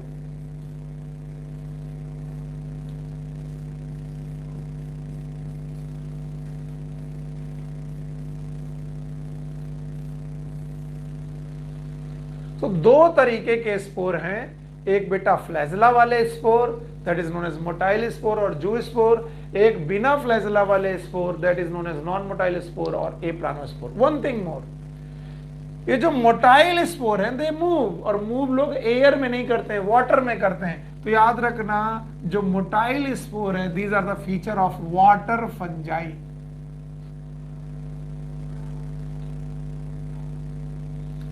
ये वाटर फंजाई के फीचर हैं। तो जो जो फंजाई बेटा वाटर में रहती हैं उनका फीचर होता है कि वो बेटा अपने अंदर कोनिडिया ना बना करके जू स्पोर बनाए। तो अगर मैं कभी कोई बोलूं कि एक बेटा फंजाई है जो वाटर में रहता है, ऐसा फंजाई बताइए एसेक्सुअल रिप्रोडक्शन जनरली कोनिडिया से करेगा कि जू स्पोर से करेगा, तो आप जवाब देंगे जू स्पोर। और इसका भी कॉन्सेप्ट होता है, रटना नहीं होता है। अच्छा, एक बात मैं चलते चलते आपको बताता चलूं, अगर आप इस बात को ध्यान रखेंगे तो हमेशा काम आ जाएगा। ये बात याद रखना, जब भी आपको कभी एल्गी पढ़ाई जाए, एल्गी में कभी ना कभी आपको पढ़ाऊंगा, तो मैं पढ़ाता हूं एल्गी जल की रानी है। Algae is a fish of plant kingdom. Algae is a fish of plant kingdom. Plant kingdom की अगर कोई मछलियों का नाम ले कि भाई प्लांट किंगडम की मछलियां कौन है, एल्गी, तो याद रखना एल्गी का जो रिप्रोडक्शन होगा, क्योंकि वो पानी में रह रही हैं, तो एल्गी का जो एसेक्सुअल रिप्रोडक्शन है जनरली दे फॉर्म जू स्पोर्स। ये जनरली जू स्पोर्स बनाते हैं। तो जू स्पोर बनाना ये फंगस का फीचर नहीं है बल्कि एल्गी का फीचर है। लेकिन बेचारे कुछ फंगस ऐसे हो गए जो वाटर में रह गए। फिर तो सुनो, जू स्पोर एक्चुअली अगर पूछा जाए जू स्पोर बनाना किसका फीचर है, तो बताओगे जू स्पोर बनाना एक्चुअली फीचर है एल्गी का, क्योंकि एल्गी हमेशा पानी में रहती है। लेकिन कभी कभी कुछ जू स्पोर जो बनते हैं फंजाई में बनते हैं। तो कोई फंजाई जू स्पोर क्यों बनाने लगा, क्योंकि वो एक्वेटिक फंजाई रह गया, सॉरी वो एक्वेटिक फंजाई की तरह बिहेव कर रहा, पानी में रह रहा। इसका मतलब अगर कोई फंजाई पानी में रह रहा है तो वो बेटा एक एल्गी की तरह बिहेव करने लगता है और जू स्पोर प्रोड्यूस करता है। ध्यान से सुनो, बार बार बहुत काम आएगा, ये बहुत काम आएगा। अगर मैं पूछूं फंजाई का main mode of asexual reproduction, फिर से फंजाई का main mode of asexual reproduction, तो प्लीज डोंट राइट जू स्पोर, जू स्पोर मत लगाना। ज्यादातर फंजाई लैंड फंजाई है, एयर फंजाई है, तो वो क्या बनाएंगे, कोनिडिया। तो ज्यादातर फंजाई के ग्रुप कोनिडिया ही बनाते हैं, एक्सेप्ट सम फंजाई जो बेटा पानी में चले गए, और पानी में चले गए तो वो एल्गी की तरह दिखने लगे। नो डाउट एल्गी ग्रीन है, ये नॉन ग्रीन है, लेकिन इनके रिप्रोडक्शन में, एसेक्सुअल रिप्रोडक्शन के दौरान वो जू स्पोर बनाने लगे। बार बार बोल रहा हूं, ठीक है। तो there are sporangiospore, sporangiospore में एंजिया मतलब होता है इट विल प्रोड्यूस, स्पोर का आगे मतलब स्पोर, स्पोर प्रोड्यूस करने वाला स्ट्रक्चर दैट इज स्पोरेंजिया। और उस स्पोरेंजिया से दो प्रकार के स्पोर बन सकते हैं, एक फ्लैजिला वाले, एक बिना फ्लैजिला वाले। फ्लैजिला वाले दे आर मोटाइल स्पोर, जू स्पोर बोलेंगे। बिना फ्लैजिला वाले नॉन मोटाइल स्पोर, ए प्लानो स्पोर बोलेंगे। तो अगर मैं पूछूं वाटर में रहने वाला फंजाई है तो क्या बनाएगा? जू स्पोर बनाएगा। एल्गी क्या बनाएगा? जू स्पोर बनाएगा। अच्छा बताओ कौन सा फंगस बेटा नेचर ऐसा है जो एल्गी जैसा बिहेव करता है? जू स्पोर बनाना। तो अगर बोलो अगर सारे फंगस अगर लैंड और एयर में रह रहे होते, पानी में ना होते, तो क्या वो जू स्पोर बनाने की टेंडेंसी रखते? नहीं रखते। तो फिर सर वो सेक्सुअल रिप्रोडक्शन कैसे करते? कोनिडिया से करते। इसलिए ज्यादातर फंगस अपना एसेक्सुअल रिप्रोडक्शन किससे करते हैं? कोनिडिया। 3 बार बोल लो, ज्यादातर फंगस अपना एसेक्सुअल रिप्रोडक्शन किससे करते हैं? कोनिडिया से, कोनिडिया से, कोनिडिया से। जैसे मैंने आपको सिखाया था ज्यादातर फंगस अपना वेजिटेटिव रिप्रोडक्शन किससे करते थे? यस, फ्रेगमेंटेशन से, फ्रेगमेंटेशन से, फ्रेगमेंटेशन से।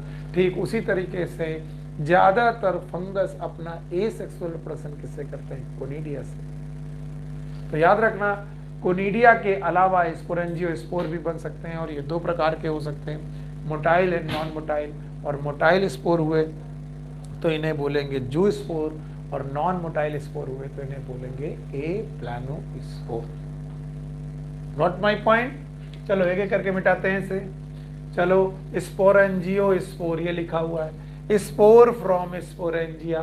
फिर मैंने बोला एंजिया मतलब इट विल प्रोड्यूस, गैमेटेंजिया मतलब it will produce gamete, sporangia will it will produce सुनीलेंजिया मतलब it will produce Sunil. Okay, sporangia का मतलब हो गया स्पोर प्रोड्यूस करने वाले स्ट्रक्चर। स्पोर कितने प्रकार के? 2। मोटाइल का मतलब हो गया जू स्पोर, नॉन मोटाइल का मतलब हो गया ए प्लानो स्पोर। याद रखना वाटर फंजाई जनरली जू स्पोर बनाते हैं। अगर फंजाई इस दुनिया में वाटर में ना रह रहा होता तो वो जू स्पोर नहीं बनाता, वो जनरली क्या बनाता?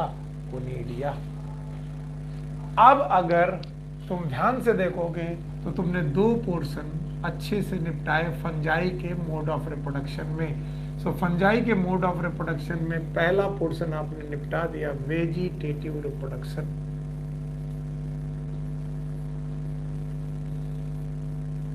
ओके, तो आपने पहला पोर्शन पढ़ा दिया vegetative reproduction.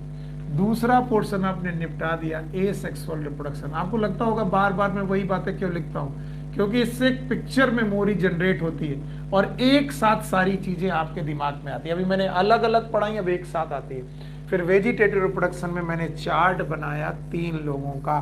Number 1 is fragmentation. देखिए चार्ट कितना बढ़िया बन जाएगा, और इस तरीके से हम लोग लर्न कर पाएंगे फ्रेगमेंटेशन। दूसरा फिजन, और तीसरा बडिंग। अब देखा वेजिटेटिव रिप्रोडक्शन में तीनों लिख लिए। Main way is fragmentation, line खींच दी, ये चार्ट बन गया। इसी को होमवर्क बोलते हैं, इसी को बना लोगे तुम्हारा काम बन जाएगा। एसेक्सुअल रिप्रोडक्शन में 2 तरीके।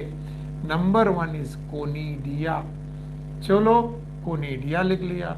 Number 2 is known as sporangiospore, sporangiospores लिख लिए।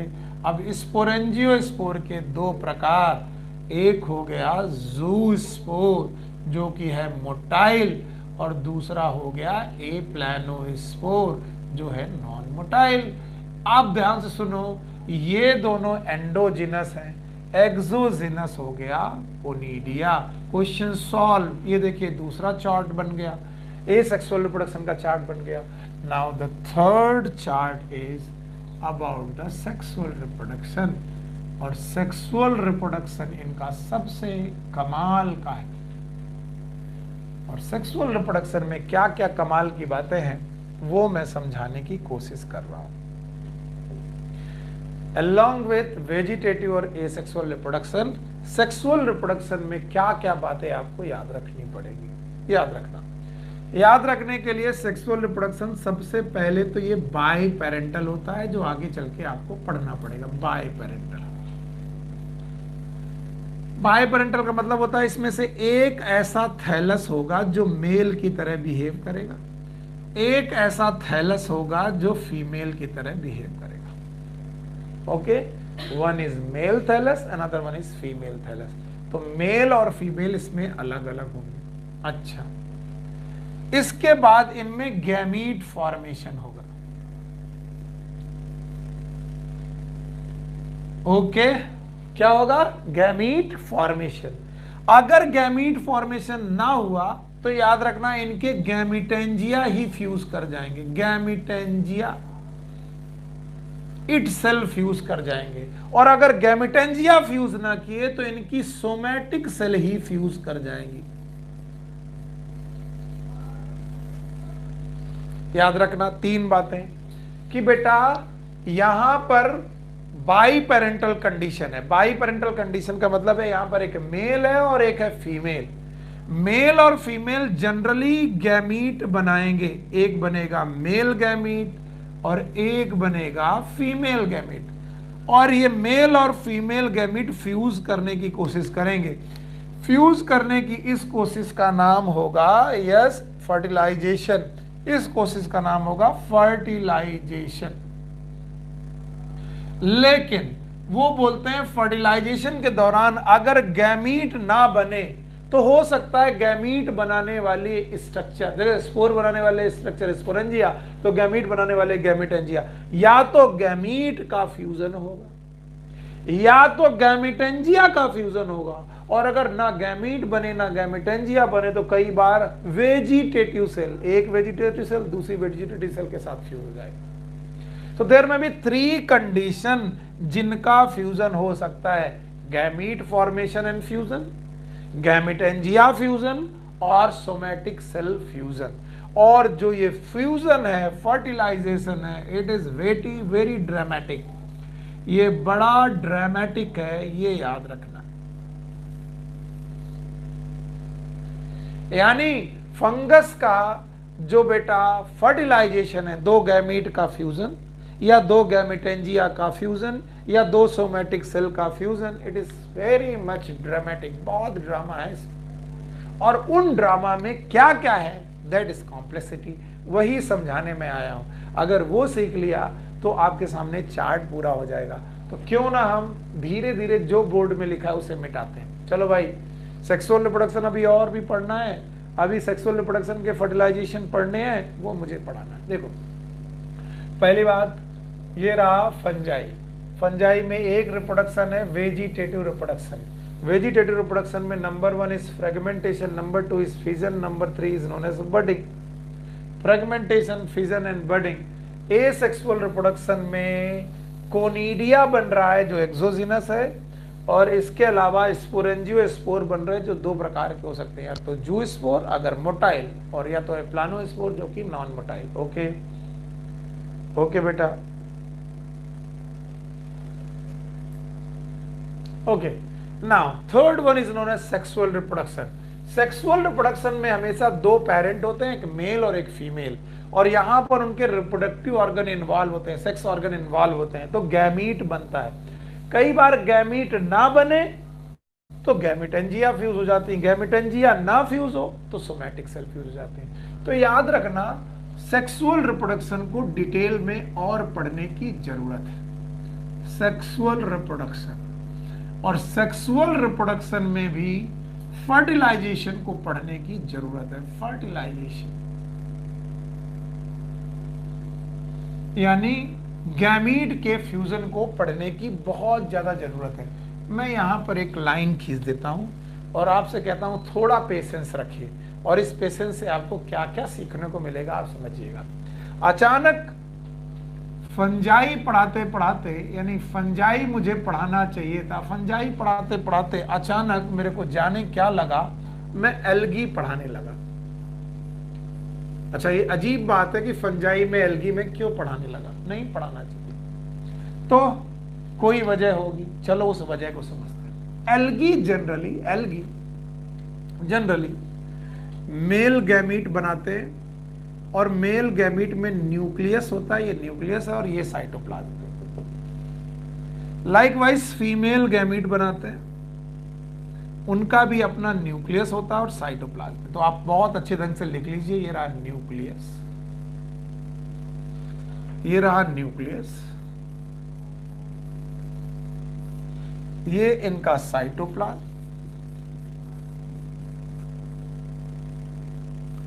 और ये इनका साइटोप्लाज्म। अब ये दो गैमीट हैं, आपको एज्यूम करने पड़ेंगे, और फिर से बता रहा हूं, ये एल्गी में बात कर रहा हूं, ये मेल गैमीट और ये फीमेल गैमीट। अब ये फ्यूजन करने आए, तो जब फ्यूजन करने आए तो बेटा याद रखना, इनका साइटोप्लाज्म फ्यूज होने लगा। पहले दोनों का साइटोप्लाज्म फ्यूज होने लगा।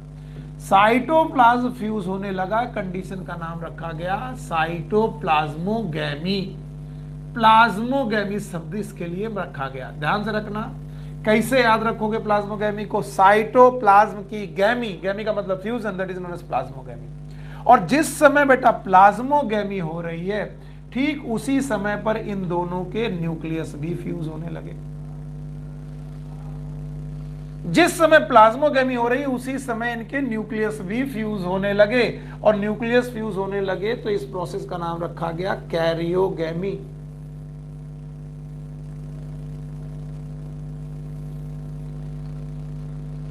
याद रखो, साइटोप्लाज्म का फ्यूजन दैट इज प्लाज्मोगैमी, और न्यूक्लियस का फ्यूजन दैट इज कैरियोगैमी। और प्लाज्मोगैमी और कैरियोगैमी के बाद एक स्ट्रक्चर बना जिसका नाम है जाइगोट। इसका नाम है जाइगोट, याद रखना जाइगोट। गैमीट एन, दूसरा गैमीट एन, तो जाइगोट इज 2n, ये भूलना मत। यानी दोनों गैमीट हैप्लॉइड और जाइगोट इज डिप्लॉइड, जाइगोट बन चुका है। अब इस जाइगोट में हो गई मियोसिस, याद रखना जाइगोट में हो गई मियोसिस। मेरे पास यही जगह है बताने के लिए तो मैं पढ़ा रहा हूं, मियोसिस। और मियोसिस होने की वजह से जाइगोट टुकड़ों में टूट गया, and these are known as sexual spores. याद रखना sexual spores, they are not like zoospores और एप्लानोस्पोर्स, ये सेक्सुअल स्पोर बन गए। तो याद रखना प्लाज्मोगैमी और कैरियोगैमी यहां पर साथ साथ हुई। फिर से सुनना, plasmogamy and karyogamy takes place simultaneously, that's why this condition is known as syngamy. इस शब्द को मत भूलिएगा, सिंगैमी।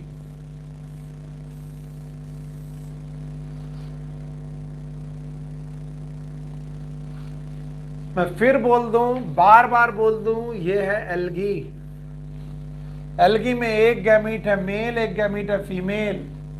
मेल गैमीट और फीमेल गैमीट आपस में करते हैं प्लाज्मोगैमी और कैरियोगैमी, वो भी साथ साथ। When the plasmogamy and karyogamy takes place simultaneously, इस कंडीशन का नाम रखा गया सिंगैमी, और सिंगैमी से बना जाइगोट, और जाइगोट में हो गई मियोसिस। तो जाइगोट में मियोसिस हुई तो बने स्पोर। याद रखना इस तरीके से स्पोर जाके जर्मिनेट कर गए, और वो जर्मिनेट करके बना दिए एल्गी का थैलस, एल्गी का थैलस बना दिया। अब आपका मन पक गया होगा कि सर इसका क्या मतलब है, क्यों पढ़ा रहे हो सर, समझ में नहीं आ रहा। याद रखना ये सिंगैमी शब्द मत भूलना। What is syngamy? बार बार बोलो।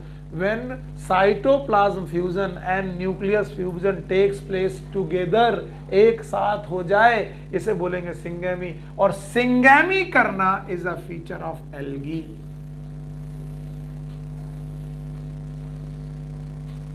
सिंगैमी करना is a feature of algae. Algae ज्यादातर समय पर सिंगैमी ही करते हैं। Now here come the fungus. यहां पर बेटा फंगस आए, देखिए आपके सामने मैंने लिखा फंगस।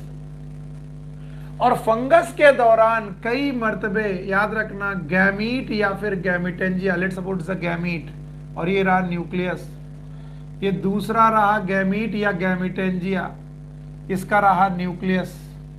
ये लेट सपोज प्लस स्ट्रेन है यानी मेल स्ट्रेन है, दूसरा फीमेल स्ट्रेन है यानी माइनस स्ट्रेन है। ये दोनों फ्यूज हुए, जैसे ही फ्यूज हुए तो इनका साइटोप्लाज्म फ्यूज हो गया। बेटा ध्यान सुनना, they form fusion of cytoplasm लेकिन इनका न्यूक्लियस फ्यूज नहीं हुआ, दोनों का न्यूक्लियस फ्यूज नहीं हुआ। तो याद रखना इनका जो पहला स्टेप होगा उसका नाम होगा, यस ध्यान सुनना, इसका नाम होगा प्लाज्मोगैमी। लेकिन जिस समय पर प्लाज्मोगैमी हो रही होगी, याद रखिएगा, जिस समय पर प्लाज्मोगैमी हो रही है उस समय पर कैरियोगैमी नहीं हुई। इसका मतलब ये न्यूक्लियस N और ये न्यूक्लियस N, एक N+N कंडीशन पैदा हुई, 2N नहीं, N+N, जबकि जाइगोट कैसी कंडीशन थी, 2N, and this condition is known as dikaryon condition. Dikaryon condition, di मतलब दो, कैरियन का मतलब न्यूक्लियस। तो याद रखना प्लाज्मोगैमी हो गई लेकिन कैरियोगैमी नहीं हुई। अब क्या हुआ, जब प्लाज्मोगैमी हो गई, ध्यान सुनना, जब प्लाज्मोगैमी हो गई, ये रही प्लाज्मोगैमी, तो इस प्लाज्मोगैमी वाले स्ट्रक्चर के ऊपर बनने लगी फ्रूटिंग बॉडी। ध्यान सुनना, this is known as fruiting body. Fruiting body, और इस फ्रूटिंग बॉडी के दौरान जो ये न्यूक्लियस थे, दिस न्यूक्लियस, प्लाज्मोगैमी के बहुत देर बाद दे न्यूक्लियस गेट फ्यूज्ड और इस तरीके से होने लगी कैरियोगैमी। तो तुरंत कैरियोगैमी नहीं हुई, कैरियोगैमी और बेटा फ्रूटिंग बॉडी फॉर्मेशन साथ साथ हुआ, यानी प्लाज्मोगैमी अलग और कैरियोगैमी अलग। और इसके बाद मैं बोल सकता हूं कि जो जाइगोट बना, माय डियर, जो जाइगोट बना वो फ्रूटिंग बॉडी के अंदर बना। फिर से अगर घबरा गए हो तो, मेल स्ट्रेन फीमेल स्ट्रेन अलग अलग। मेल फीमेल स्ट्रेन का पहले साइटोप्लाज्म फ्यूज हुआ, प्लाज्मोगैमी, जिस समय प्लाज्मोगैमी हुई उस समय न्यूक्लियस फ्यूज नहीं हुए। प्लाज्मोगैमी के बाद हुई कैरियोगैमी, कैरियोगैमी जब हुई तब बन चुकी थी फ्रूटिंग बॉडी। अब बोलो फ्रूटिंग बॉडी के अंदर कौन पड़ा हुआ है, यहां पर पड़ा हुआ है जाइगोट। और तुम सब जानते हो कि जाइगोट में क्या होनी चाहिए, मियोसिस।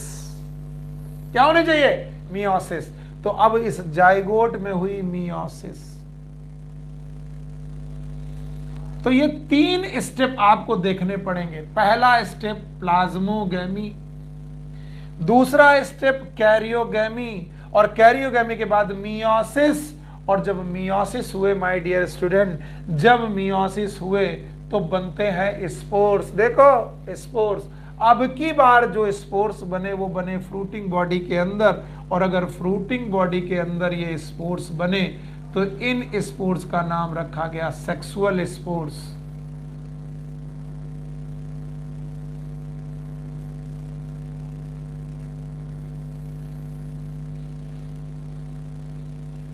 अब जैसी फ्रूटिंग बॉडी वैसा स्पोर, फिर से, जैसी फ्रूटिंग बॉडी वैसा स्पोर। जैसे एस्कोकार्प से, याद रखना, एस्कोकार्प नाम की फ्रूटिंग बॉडी से एस्कोस्पोर।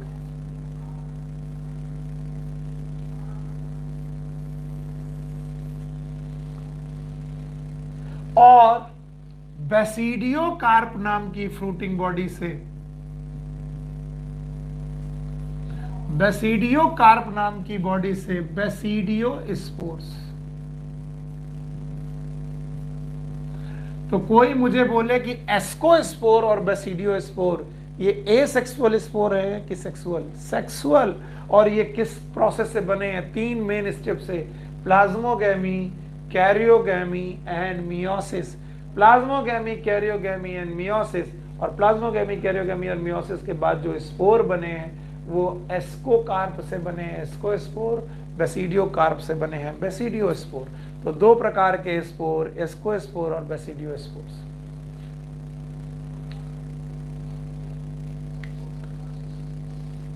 मैंने बोला था कि देयर इज अ कॉम्प्लेक्सिटी, थोड़ी सी कॉम्प्लेक्सिटी है जो आपको समझनी पड़ेगी, जो आपको समझनी पड़ेगी। अगर दिक्कत आ गई तो बड़ा मुश्किल हो जाएगा। तो एक एक करके उठाते हैं। हम लोग सेक्सुअल रिप्रोडक्शन में फर्टिलाइजेशन पढ़ने जा रहे हैं, ये पॉइंट है। फर्टिलाइजेशन हम पढ़ने जा रहे हैं फंगस पे, और फंगस में फर्टिलाइजेशन क्या क्या कर सकता है? गैमीट फ्यूज हो सकते हैं, गैमिटेंजिया फ्यूज हो सकती हैं, या फिर सोमैटिक बॉडी भी फ्यूज हो सकती है। गैमिटेंजिया और सोमैटिक बॉडी, ओके, तीनों फ्यूज हो सकती हैं। लेकिन बजाय फंगस के सर सुनील सर आपको एल्गी पढ़ाने लगे। बोले एल्गी में एक्चुअली दो गैमीट होते हैं, एक मेल और एक फीमेल गैमीट। मेल गैमीट और फीमेल गैमीट के साइटोप्लाज्म और न्यूक्लियस साथ साथ फ्यूज होते हैं, यानी प्लाज्मोगैमी और कैरियोगैमी साथ साथ होती है। प्लाज्मोगैमी कैरियोगैमी साथ साथ होती है सिंगैमी, और सिंगैमी से बनता है जाइगोट, और अगर जाइगोट बन गया तो उसमें होती है मियोसिस, और मियोसिस से बनते हैं spore, that is known as sexual spore. पर जब फंगस का नंबर आता है तो फंगस अजीब है। फंगस अजीब क्यों है? क्योंकि ये प्लाज्मोगैमी तो कर लेते हैं, प्लाज्मोगैमी तो कर लेते हैं, लेकिन बेटा तुरंत कैरियोगैमी नहीं करते। प्लाज्मोगैमी के बाद ये डाई कैरियन स्टेज में रहते हैं, यानी दो न्यूक्लियस, डाई मतलब दो, कैरियन मतलब न्यूक्लियस, दो न्यूक्लियस एक ही जगह पड़े रहे, कंडीशन का नाम है डाई कैरियन स्टेज। और इस डाई कैरियन स्टेज में चारों तरफ बनती है फ्रूटिंग बॉडी, और उस फ्रूटिंग बॉडी के अंदर होती है karyogamy, the second process. Plasmogamy भी होती है, कैरियोगैमी भी होती है, लेकिन साथ साथ नहीं होती, अलग अलग होती। और कैरियोगैमी के बाद बनता है जाइगोट माय डियर, और जाइगोट में होती है मियोसिस, और हमेशा जाइगोट से मियोसिस के बाद क्या बनेंगे? स्पोर्स। और ये जो स्पोर्स होंगे ये होंगे हैप्लॉइड, क्योंकि मियोसिस स्पोर, मियोसिस के बाद बनने वाले स्पोर्स हैं। और ये स्पोर्स जैसी फ्रूटिंग बॉडी वैसे स्पोर, जैसे एस्कोकार्प नाम की फ्रूटिंग बॉडी में एस्कोस्पोर्स, बेसिडियो कार्प नाम की बॉडी में बेसिडियो स्पोर्स। पर आप एक बात भूल रहे हैं, बात वो ये थी कि there are some fungi which are algae like, there are some fungi which are algae like. अब आप बोलोगे सर एल्गी लाइक का मतलब क्या है? कुछ ऐसे फंजाई हैं जो वाटर में रह रहे हैं, और अगर वाटर में रह रहे हैं तो वो एल्गी लाइक फंजाई हैं। और ऐसे फंजाई भी बेटा मेल गैमीट बनाएंगे, फीमेल गैमीट बनाएंगे। मेल गैमीट और फीमेल गैमीट की प्लाज्मोगैमी और कैरियोगैमी साथ साथ करेंगे, याद रखना। यानी कुछ फंजाई ऐसे भी होते हैं जो प्लाज्मोगैमी एंड कैरियोगैमी साथ साथ करेंगे, बिल्कुल वैसे ही करेंगे जैसे कि बेटा एल्गी करते थे।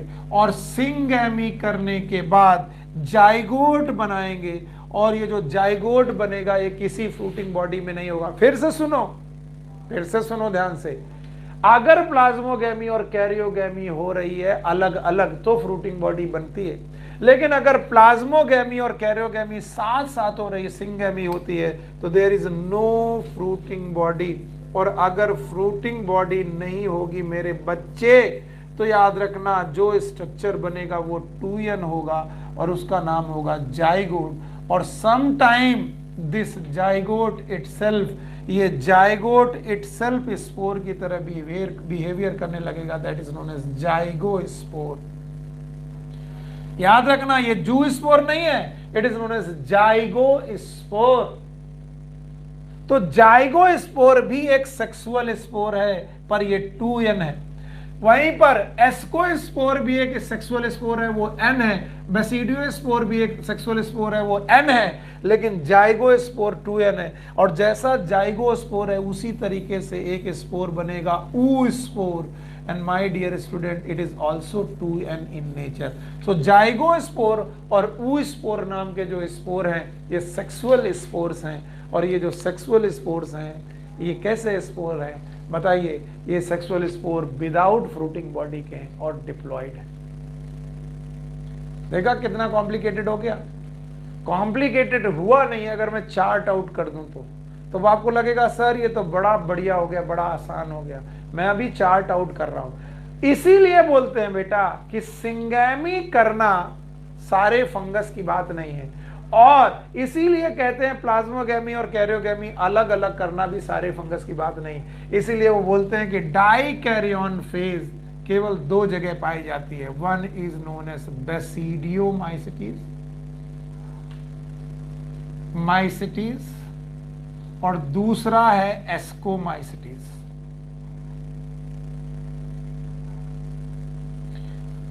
एस्कोमाइसिटीज और बेसिडियोमाइसिटीज में डाई कैरियन फेस पाई जाती है, यानी प्लाज्मोगैमी और कैरियोगैमी अलग अलग। और वहीं पर फाइकोमाइसिटीज,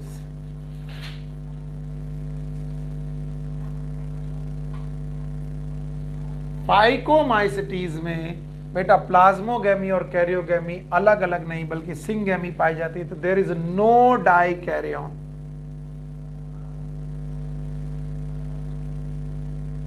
अच्छा, ये बात तो पक्की तय है कि कुछ बच्चे बड़े कंफ्यूज हो गए होंगे कि सर ये क्या पढ़ा दिया, कुछ समझ में नहीं आ रहा। तो पहले एल्गी सोचो, एल्गी में प्लाज्मोगैमी कैरियोगैमी साथ साथ होती थी, जाइगोट बनता था, मियोसिस होती थी, स्पोर बन जाता था। याद करो, एल्गी हटाओ। अब आओ फंगस। फंगस अगर करना चाहे तो वो ये करेगा, प्लाज्मोगैमी पहले करेगा, फिर छोड़ देगा, फिर करेगा प्लाज्मोगैमी के बाद फ्रूटिंग बॉडी बन जाएगी, फिर करेगा कैरियोगैमी, कैरियोगैमी के बाद बनेगा जाइगोट, जाइगोट बनेगा फ्रूटिंग बॉडी के अंदर, फ्रूटिंग बॉडी के अंदर होगी मियोसिस, मियोसिस से बनेंगे स्पोर। अगर फ्रूटिंग बॉडी है एस्कोकार्प तो एस्कोस्पोर, बेसिडियोकार्प तो बेसिडियोस्पोर। सिंपल।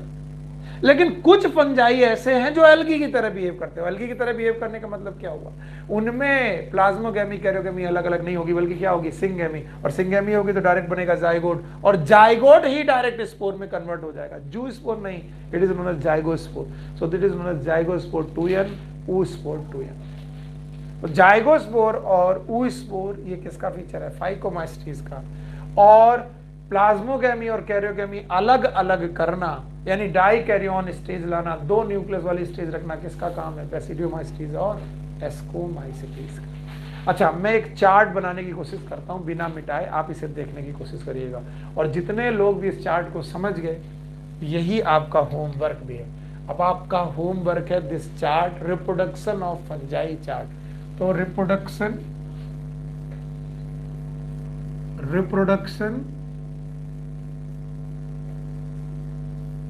और वो भी फंजाई में, फंजाई का जो रिप्रोडक्शन है ये आपका होमवर्क है। ये चार्ट आप सब लोगों के पास बना हुआ होना चाहिए। बहुत सारे लोगों के बेटा मेरे पास मैसेज आते हैं, मुझे अच्छा लगता है कि आप लोग चार्ट बना रहे हैं। ठीक है, अब मैं इस चार्ट को आपके सामने बनाता हूं और आप मेरे साथ इसमें मदद करिए। चलिए, कितना सिंपल चार्ट लगेगा अब कितना सिंपल लगेगा। Number 1 is vegetative reproduction.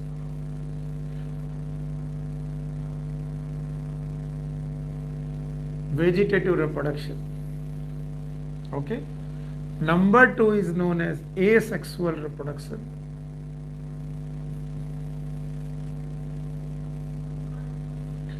And number 3 is known as sexual reproduction.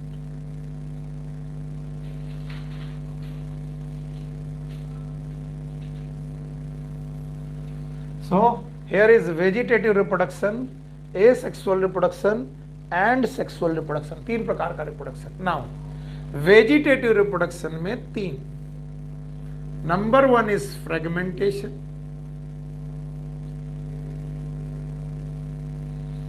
Number 2 is fission, number 3 is budding.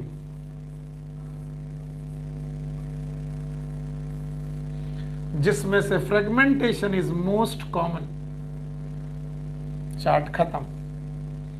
Asexual reproduction के 2 मोड मेन, एक तो है कोनिडियोफोर और जिससे बना कोनिडिया, और आपने उसके आगे लिखा एक्सोजिनस। दूसरा है स्पोरेंजियोफोर, सॉरी स्पोरेंजियोस्पोर, और स्पोरेंजियोस्पोर के आगे लिखे 2 स्पोर। 1 इज जूस्पोर्स, दूसरा एप्लानोस्पोर्स। और आपको मालूम है zoospore is motile spore, that is flagellated spore, और aplanospore is non motile spore. Now the sexual reproduction, main बात, पहला स्टेप प्लाज्मोगैमी, प्लाज्मोगैमी के बाद डाई कैरियन, डाई कैरियन के बाद karyogamy,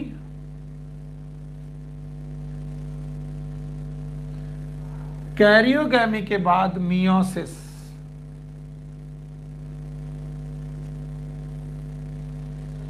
and then spores.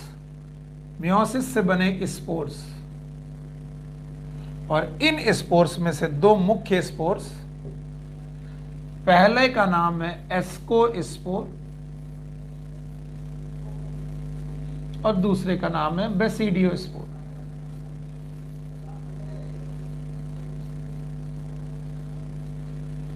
Okay, and now दूसरे point पर लिखिए सिंगैमी, यानी प्लाज्मोगैमी और कैरियोगैमी एक साथ हो गई सिंगैमी, और सिंगैमी की वजह से जाइगोट इटसेल्फ बन गया spore, that is known as zygospore.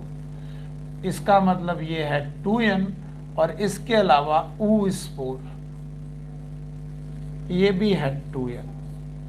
और इस तरीके से आपको मालूम है कौन कहां क्या होगा। यस, याद रखना, ये वाली कंडीशन एस्कोस्पोर और बेसिडियोस्पोर ये पाई जाएगी एस्कोमाइसिटीज और बेसिडियोमाइसिटीज में। अब ये क्या बला है, ये मैं क्लासिफिकेशन में पढ़ाऊंगा। And this condition it will found in phycomycetes, और वो क्या है उसको भी मैं क्लासिफिकेशन में पढ़ाऊंगा। एंड बाय दिस वे हम लोगों ने रिप्रोडक्शन को चार्ट आउट किया। तो अगर सेक्सुअल स्पोर पूछे जाए तो टोटल 4, बोलो कौन कौन? एस्को, बेसिडियो, जाइगो, ऊ। इसमें से zygo and oo is 2n, asco and basidio they are n। Asco and basidio they are n। और ये चार्ट है, जो लोग आज नया ज्वाइन कर रहे हैं वो लोग ध्यान से सुन लें। ये पूरा बना हुआ चार्ट बिना देखे जो बना पाएगा वो इस नंबर पे मुझे सेंड करेगा। ये मेरा नंबर है, व्हाट्सएप नंबर। ये वेजिटेटिव, एसेक्सुअल और सेक्सुअल रिप्रोडक्शन की बारे में बात है। चलिए एक एक करके मिटाते हैं। वेजिटेटिव रिप्रोडक्शन आपने देख ही लिया, फ्रेगमेंटेशन, फिजन एंड बडिंग, जिसमें से मेन है फ्रेगमेंटेशन। एसेक्सुअल रिप्रोडक्शन में कोनिडिया, एक्सोजिनस, स्पोरेंजियोस्पोर में जूस्पोर और एप्लानोस्पोर। इसके बाद सेक्सुअल रिप्रोडक्शन में 3 नहीं 4 स्पोर्स हैं, जिनमें से ascospore, basidiospore they are haploid spore, और जाइगोस्पोर और ऊस्पोर इज डिप्लॉइड स्पोर। एक है दो हैं फाइकोमाइसिटीज में, दैट इज जाइगोस्पोर एंड ऊस्पोर, और 2 हैं, एक है एस्कोस्पोर एस्कोमाइसिटीज में, बेसिडियोस्पोर बेसिडियोमाइसिटीज। सो इस तरीके से हम लोगों ने पढ़ा habit and habitat, form, morphology and so on. Now इसके बाद आना चाहिए इकोलॉजिकल इंपॉर्टेंस, जो मैं एक एक करके पढ़ाता जाऊंगा। Now the classification of the fungus. Classification of fungi.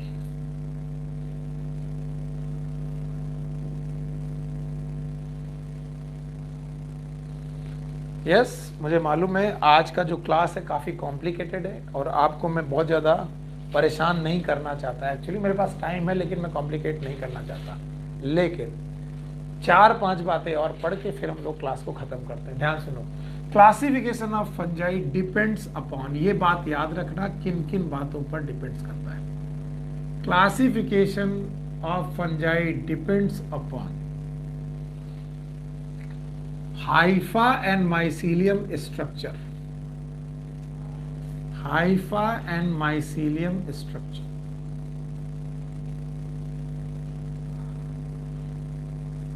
पहला बेसिस है हाइफा और माइसीलियम का स्ट्रक्चर।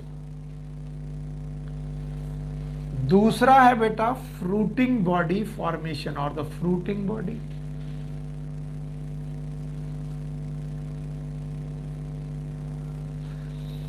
तीसरा है स्पोर फॉर्मेशन, और चौथा और सबसे ज्यादा इंपॉर्टेंट सेक्सुअल रिप्रोडक्शन।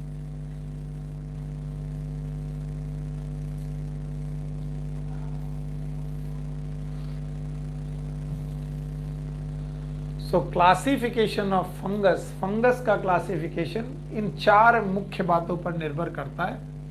ये 4 मुख्य बातें आपको कंठस्थ होनी चाहिए, आनी चाहिए। मैं एक एक करके चारों बातें आपको समझा दे रहा हूं। पहला, Haifa and mycelium structure. Haifa और माइसीलियम कैसे दिख रहे हैं? सेप्टेट हैं कि एसेप्टेट हैं?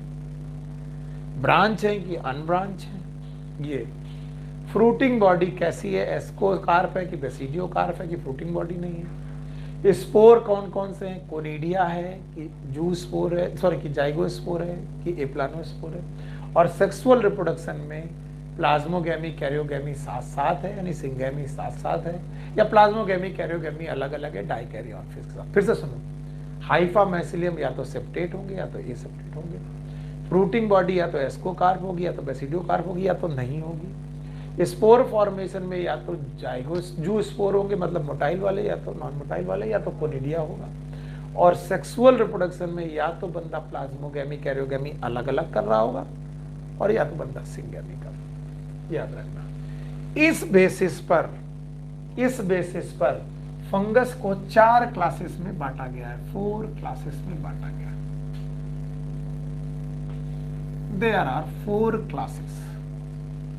Number 1, it is known as Phycomycetes.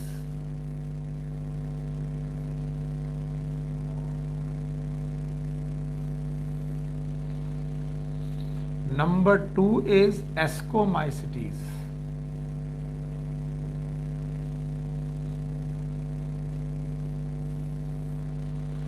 Number 3 is Basidiomycetes.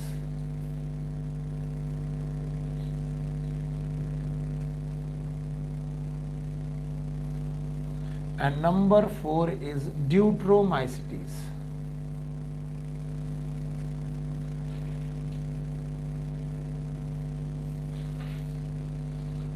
Phycomycetes, Ascomycetes, Basidiomycetes, Deuteromycetes. जिनमें से Phycomycetes they are known as algal fungi. अच्छा, रट्टा मत मारो। फाइको का मतलब होता है एल्गी, माइसिटीज का मतलब होता है फंजाई। फाइको का मतलब होता है एल्गी, माइसिटीज का मतलब फंजाई। ऐसी फंजाई जो एल्गी जैसी दिखे, that is known as algal fungi और फाइकोमाइसिटीज। इसके अलावा एस्कोमाइसिटीज का नाम है sac fungi. Sac like fruiting body होती है, सैक की तरह फ्रूटिंग बॉडी होती है, that's why it is known as sac fungi. Basidiomycetes को बोलते हैं क्लब फंजाई।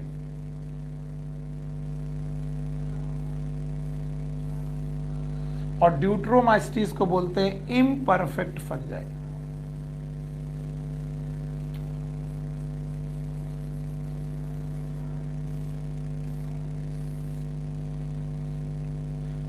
एक चीज और याद रखेंगे, phycomycetes is most simple fungi, most simple. उससे ज्यादा एडवांस सैक फंजाई, उससे ज्यादा एडवांस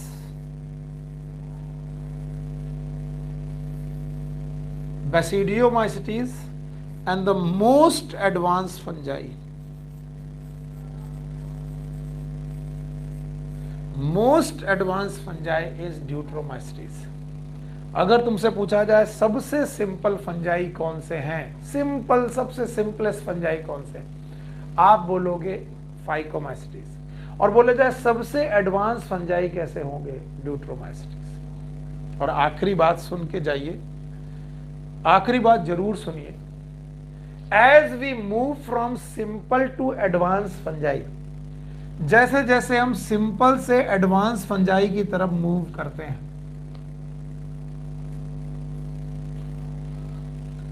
जैसे जैसे हम लोग सिंपल से एडवांस फंजाई की तरफ मूव करते हैं, the mode of sexual reproduction get simplified. फिर से, सेक्सुअल रिप्रोडक्शन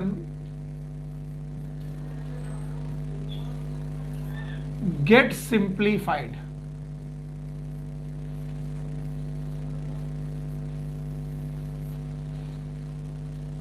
जैसे जैसे हम फाइकोमाइसिटीज से ड्यूट्रोमाइसिटीज की तरफ चलते हैं, यानी फाइकोमाइसिटीज सबसे सिंपल फंजाई, ड्यूट्रोमाइसिटीज सबसे ज्यादा एडवांस फंजाई, वैसे वैसे सेक्सुअल रिप्रोडक्शन सिंप्लीफाई होने लगता है, रिड्यूस होने लगता है। Phycomycetes they perform best sexual reproduction.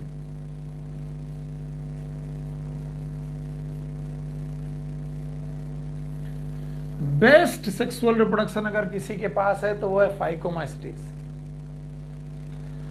और as deuteromycetes is no sexual reproduction. इतना ज्यादा सिंप्लीफाई हुआ कि ड्यूट्रोमाइसिटीज में सेक्सुअल रिप्रोडक्शन ही खत्म हो गया। फिर से सुनो, सबसे बढ़िया सेक्सुअल रिप्रोडक्शन फाइकोमाइसिटीज, उससे खराब फाइकोमाइसिटीज, उससे खराब बेसिडियोमाइसिटीज, और एक में तो बेटा सेक्सुअल रिप्रोडक्शन भी नहीं है, और वो कौन है? ड्यूट्रोमाइसिटीज।